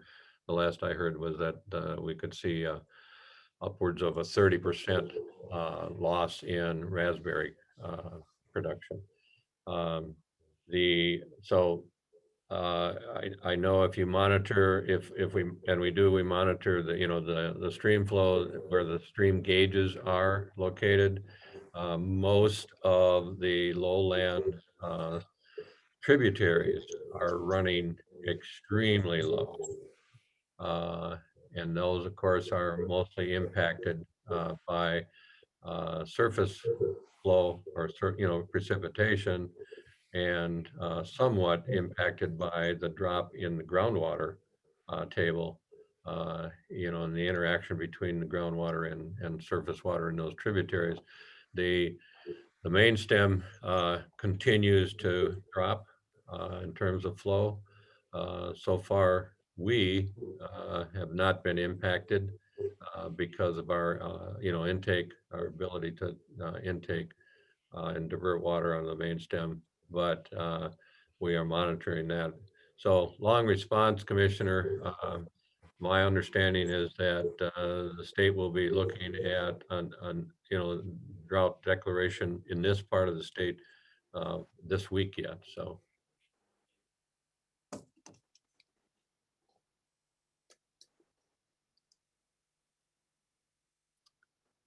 Commissioner Deshmani, you're muted.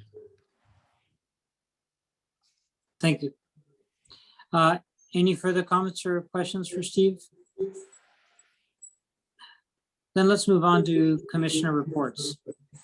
Who would like to go first?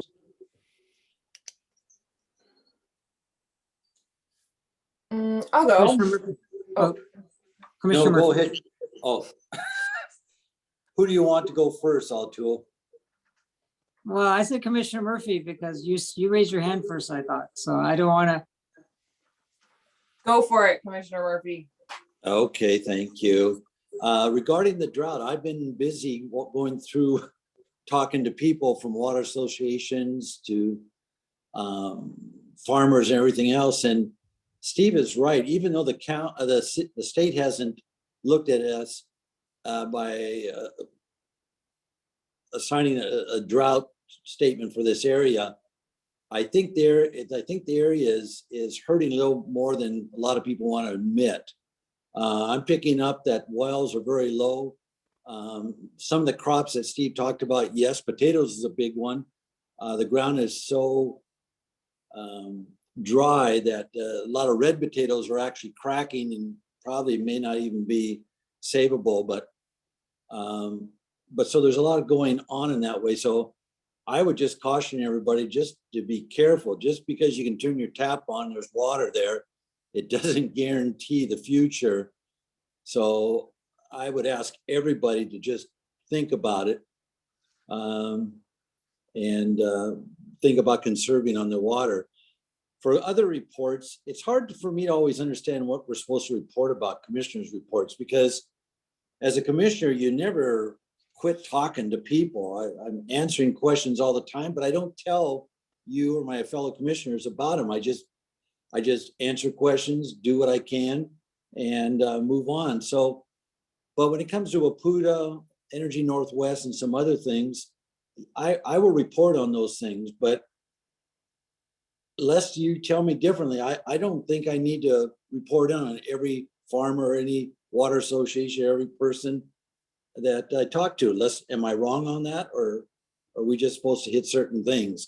I say that because of Christine making a comment in our last meeting saying that my fellow commissioners don't share everything with me about everything. And I started thinking about it. I says, well, what am I supposed to do? So anyhow, I do what I can, but go ahead.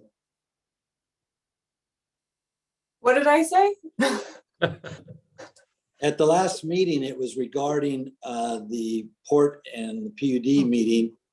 And it was brought up about you giving more information, and you felt like you give enough information. Excuse me, maybe that's the wrong word. You give us a lot of information, but you did make the comment that I don't hear from my other fellow commissioners that much on what they're doing. And so that's not what I meant at all.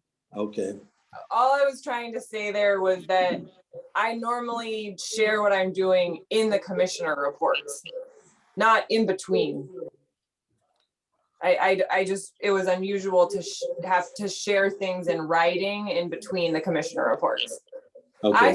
I feel like I get a lot from both of you. I mean, I always like to hear more, or, but yeah. And as far as, I mean, I think we're going to be talking about this a little bit later, but I try to focus on the things that I'm putting in my per diem requests in my commissioner report. But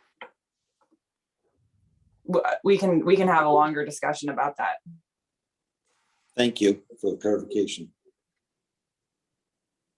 Commissioner Grant. Since our June 22nd meeting, I had a meeting with county executive and Steve to talk about Cherry Point infrastructure and the work that the Center for Sustainable Infrastructure has done. And then we are going to be getting a presentation from the Center for Sustainable Infrastructure to talk about their work around the state with other industrial districts and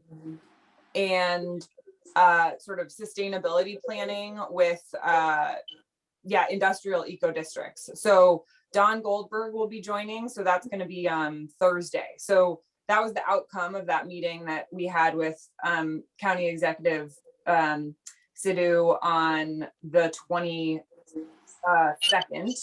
And then I've had, I think, 3 broadband steering committee meetings since then over the last 2 weeks. So that has certainly been keeping me busy, in addition to check-ins with Steve. And like you said, Commissioner Murphy, you know, folks in the community reaching out and having, you know, those discussions and phone calls as needed. So, but those are kind of the big things is thinking about infrastructure planning and the broadband steering committee meetings.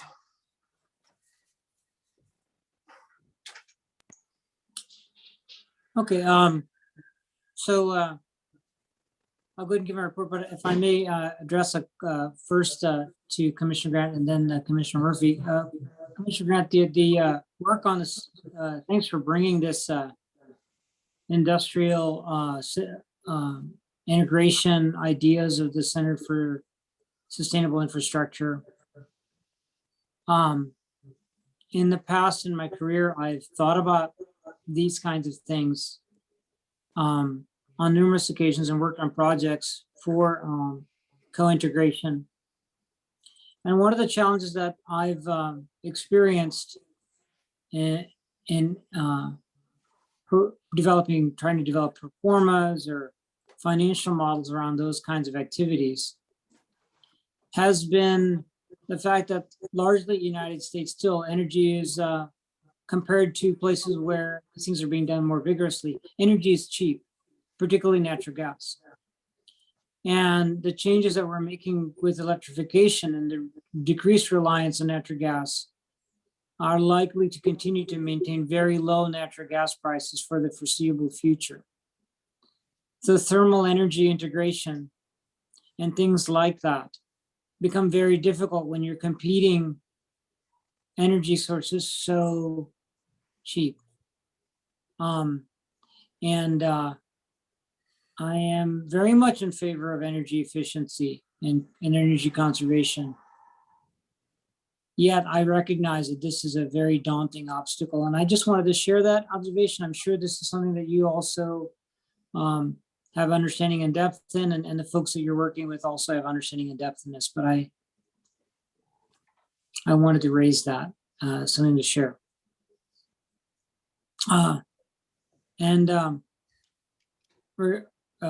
Regarding Commissioner Murphy's comments, I have been attending the Watershed Improvement District meetings. Of course, they're somewhat in hiatus because the farmers are all busy. But it's really good that you're doing direct conversation, because we're not here, because the meetings aren't occurring, we're not necessarily getting the updates at the watershed improvement districts or groups like that. So I don't know if there's more organized ways for us to be supportive or responsive to the potential drought declaration and potential curtailments that are going to happen for the ag community. But it's certainly something that if there's opportunities that where we can become more informed about what's going on in the ag community in particular during this drought, that would be welcome as on my part for us, so I can learn and listen. I'll move on with my comments. As you all know, I'm also a planning commissioner. And rarely, but on occasion, things come up at the planning commission that are, I guess I shouldn't say rarely, things come up at the planning commission that are relevant to the PUD. And one such item was an item on our last planning commission agenda where we approved and asked the county council to adopt new regulations on battery energy storage systems under 5 megawatts. It was a discovery for me that in our county, there is no clear permitting pathway for what one would call small energy storage systems. And Nexter Energy worked with the planning department to develop some code amendments, and the planning commission reviewed those and passed those on for broader adoption. Of course, the PUD is not the retail energy service provider in Wacom County. A PSC does that, and but I was able to get very brief conversation with Brian on the subject. Battery energy storage is not something that we've discussed at the PUD, but something that could potentially be a topic to discuss at the PUD. And certainly we welcome inquiries on the subject, and both in the capacity of being supportive of our of the retail energy service provider PSC in this regard, but also exploring on our own behalf opportunities for energy storage. So the first step was to create an environment where it's relatively clear how to get permits for doing that. And that's what's begun at the county level. The second meeting that I attended that I want to share about is the Bellingham Broadband Advisory Group. And it was very much focused on presentations. There was a presentation from the city of Anacortes, and there was a presentation by the State Broadband Office. The city of Anacortes has come a long way, and they are currently projecting that they will be paying off their infrastructure in the next 20 years based on their proposed existing and proposed customer base in the city of Anacortes. It's a direct fiber to the home public service infrastructure. And they decided to go with this approach because they did not believe they got the appropriate, and I'm trying to word this carefully because it was quite a lashback from one of the telecoms when this was worded slightly differently. But basically they were not able to get a bid that they felt was responsive to their desire to provide fiber service to the residents of the city of Anacortes. So the city took it upon themselves to do so. The number one lesson learned out of that presentation that the city of Anacortes presented was that it's important to have strong political support. Meaning the electeds need to be completely on board for an effort like this to succeed, because there will be road bumps, there will be hiccups, and there will need to be course corrections. And as a result of any effort to build public fiber infrastructure.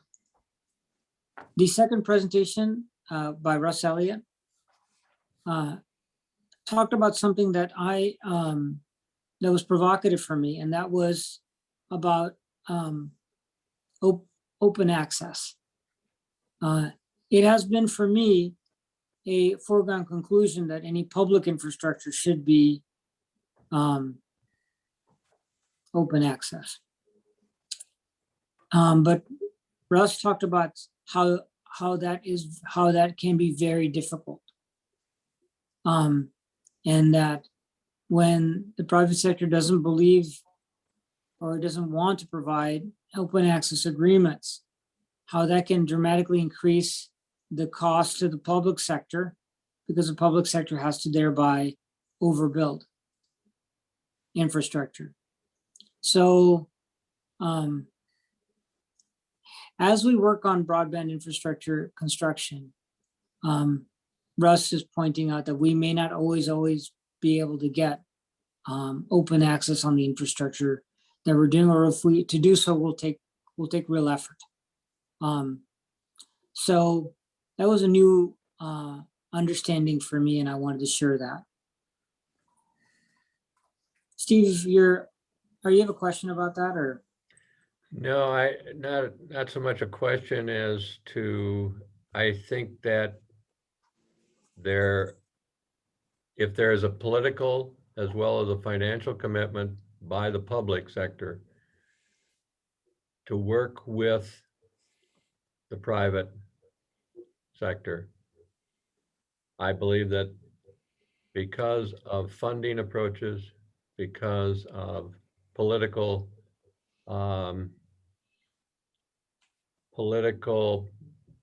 support by public agencies, that there can be an opportunity to leverage that political support and potential funding in working with the ISPs, working with the private sector to make sure that the investment by public agencies will, at the end of the day, still create open access. Where there's a will, there's a way. Yes. And I wholeheartedly support the concept of and implementing open access, but I just wanted to share what Russ had to say. Yeah. The last meeting I wanted to share about was the Water Resources Advisory Committee that's run by the State of Ecology. It's a monthly meeting, approximately monthly. They have skipped a month on occasion. That was this Monday. And I am not in any way saying I know what the governor is going to do, but in the meeting, they said that they expect a drought declaration that would include our county. Mm-hmm. Just sharing what was stated. And the focus of the meeting was on working within existing state law, existing statutory law to develop water banking programs across the state. I did not choose to comment, Steve, but I noticed that Wacom County was missing from the list of counties that they considered in-county headwaters counties that they wanted to have as a focus of these water banking pilots. Now, I'm wondering if we were excluded because of the adjudication or other reasons, but I would like to understand better why we aren't being considered for, or maybe I misunderstood. You may be aware of a water banking pilot that we are developing in this county. But I noticed our county was not listed in the presentation by Robin McPherson. I don't know the answer to that. I'll have to talk to Robin, because yes, there's been a lot of work over the last couple of years. It's really, I'll call it below the radar screen, but there's been a lot of work and a lot of discussion with several of the stakeholders in the county, ag community, Birch Bay Water and Sewer District, City of Blaine, us, and looking at options for developing, a local water bank.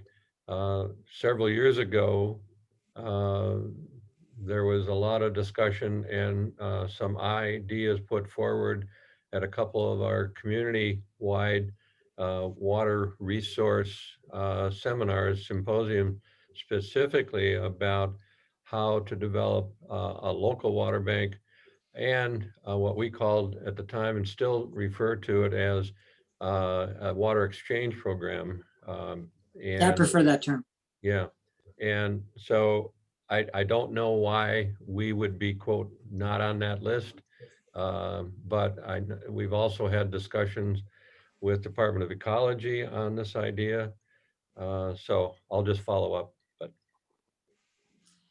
It would perhaps be another item on the relatively near-term, midterm actions that are solutions, which is very much about what we know, what our PUD is about, solutions on water, along with piped water ideas, along with other things that we talk about and have done and are talking about, as a way to find ways to work constructively together in a context of a county that's going through an adjudication.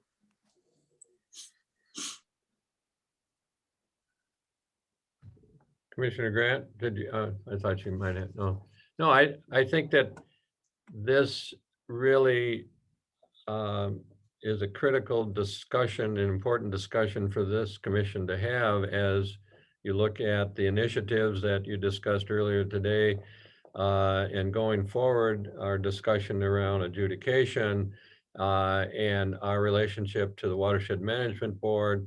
And, Commissioner Murphy has brought up on a couple of occasions, can we be the go-to agency even to provide information to folks like the private well owners? And our discussion over several months about forming a community services group within, for the district, and focusing on providing resources, staffing, to, be a much more, in much more of a lead position for watershed management, water supply, water issues. The other is that I continue to have discussion with farmers, the ag community, a couple of the WIDs, Birch Bay Water and Sewer District, City of Blaine, talking about not just water exchange, water bank, but developing a much more proactive idea of regional water supply, and how that can be integrated into the water supply plan that's being developed. We're the administrative lead on that. Essentially working with the county and all the other stakeholders on the Watershed Management Board, as well as others in the community. Should we be more proactive in really helping lead the county on integrating all these issues? So water banking, water exchange, water supply, stream flow, water for farmers, supporting the water associations, all of those pieces. I think that we should continue to take a look at what kind of resources we can provide and what kind of leadership we should provide in terms of trying to move all of those issues forward. So. Think that one last comment of that you reminded me of at the Water Resource Advisory Committee, that what the ecology talked about, there's many more small water districts distressed, running out of water.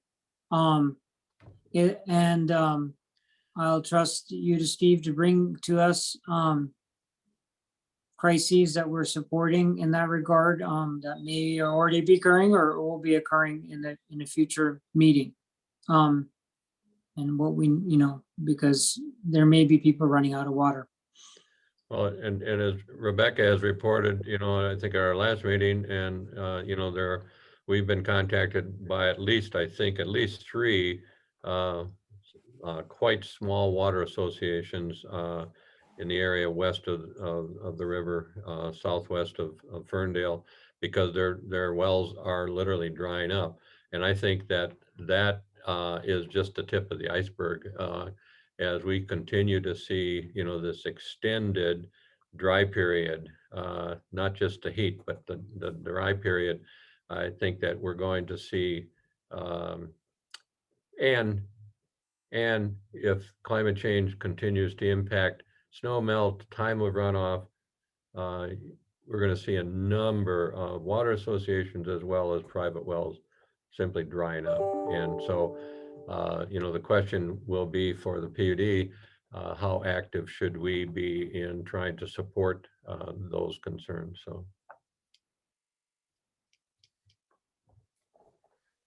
For what it's worth, Steve, I just sent you the legislation from the budget 509 on this 5092 on the Senate bill for the budget that includes the appropriation for the water banking grant funds and refers to the rural counties. And so you and I can address that. I just sent you that with the link and reference to the section. I have a quick question, if it's appropriate. So just to follow up, Steve, on the comments that you were just making, as you get more requests like the ones that you and Rebecca are hearing about, will you bring those to the commission as we need to make policy decisions about how we approach those requests? Absolutely. And Okay. I had indicated, I think maybe about 6 weeks ago, that I would like to see us have a, you know, a couple hours set aside either at a special meeting or at one of our regular meetings to talk about water resources and, you know, identify again all the points on the screen that we're engaged in. And I think that this topic, I think, could be part of that. Last week I had some further discussion, like I said, with Birch Bay Water and Sewer District and Ag Community on this idea of a regional water, you know, supply system. I think we need to advance that. And so, yeah, the answer to that is, Commissioner, yes, absolutely. Thank you. If I can say something. Yeah. Thank you. And with Steve's, I live in the 10-mile Silver surface water boundary area, and we're already, those neighbors and stuff are seeing wells way below norm, and some are going dry, some are having water brought in. One water association is going to reach out and expand their system and try to pick up some of those. But what the couple farmers are telling me is they are being limited to how much water they can have, like 600, 680 gallons a day, and they have small dairy and cattle. It's not going to work for them, not with that limitation. So there's a lot going on right now that we can get involved in.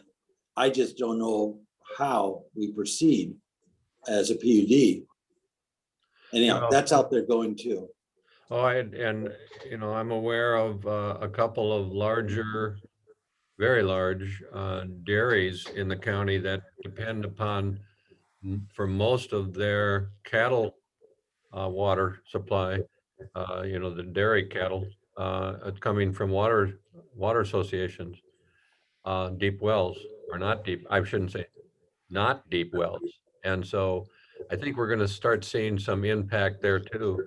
I think the question is, you know, and that's what we need to have a discussion with you all on, is how much in terms of staffing, resources, time, and, you know, should we try to dedicate to that, and how do we develop long-term, you know, I'll call it a water resource management team. You know, we're doing a lot with, you know, existing staff, but when it comes to, you know, additional staffing resources, time-wise, and also need to discuss, you know, how much of a lead we should take in trying to acquire funding or such things as pipelines and storage and, you know, all that. So I think that's what we should have a, you know, a thorough discussion, maybe, you know, second meeting in August. Thank you, and thank you all for this discussion on water, the drought. For me, I can't help but be somber about this subject. But the positive side is it's an opportunity for us all to work together to further value the water that we too often take for granted. You know, water is life, water is business. Water, you know, we need water and we take good care of our water, and I'm glad to be part of that.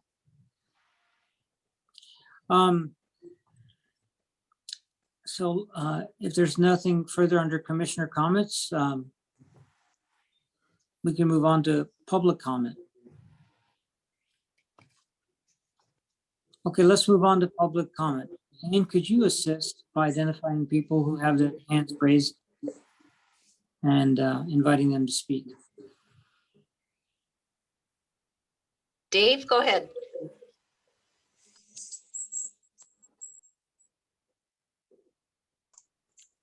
How about that?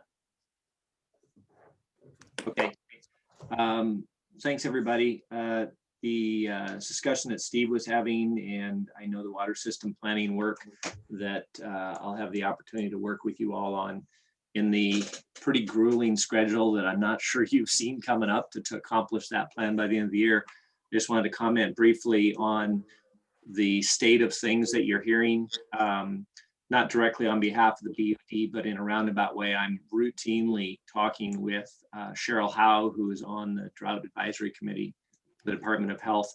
From a technical support, where do the small water systems stand? And when I say small, we're talking from one connection to a small business up to 1,000 connections for a system that's outside a city. I mean, that's the people that you have been technically supporting over the years. And there is great concern and evidence that things are changing. We're not in a panic yet, but we're seeing dramatic events. I'll just give you one example and then leave you. But there is, with the extended heat wave, the early heat wave, we had one particular system that experienced 50 to 75% more water demand from customer behavior that required emergency no outdoor water restrictions because of the very nature of their maximum supply that they're allowed to take under water rights. And so it's a very pragmatic, real event, and the education of how water is going to be used in the future by individuals is going to be a big part of what Mike was talking about for how do we communicate with the community and participate in all of that and what the role of the PUD is. So there's very real things. We have systems, no sense discussing them all, but just the tip of the iceberg, what you're hearing directly from the PUD is going on out there. And people don't necessarily reach out to the PUD because they're not sure what role it is or where they could play, or they just take water out of the river and sell it to the refineries. It's a very important discussion I'm hoping that you'll have, because it's difficult for anybody to know what role the PUD might be able to play other than some technical support or some emergency advice or some help with some communication messages. So thanks for the opportunity. I just wanted to say it is very real and things are changing, and it's going to be important, I think, as you're making these policy and statements and decisions, to have a good picture of what that would be. So thank you very much for your time and your work. Dave, of course, we all know you, but for the benefit of the public, would you please state your full name and your identification? Thank you. My name is Dave Olson with Water System Services and Cornerstone Management. They're a shared organization, and I currently work under a professional services agreement for on-call consulting and technical support for small water systems in Wacom County. Thank you.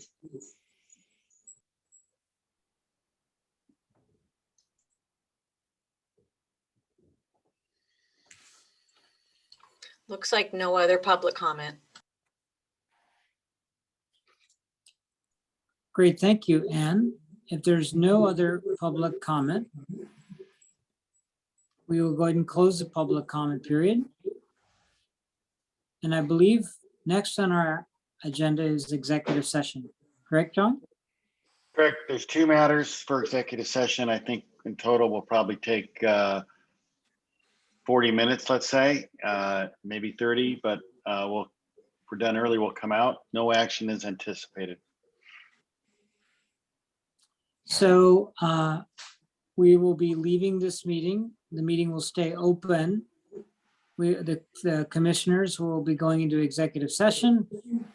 and then we'll return at roughly 11. Okay. So we just returned from the executive session. We had addressed the 2 items. There's no decision taken. Is there anything else for the good of the order?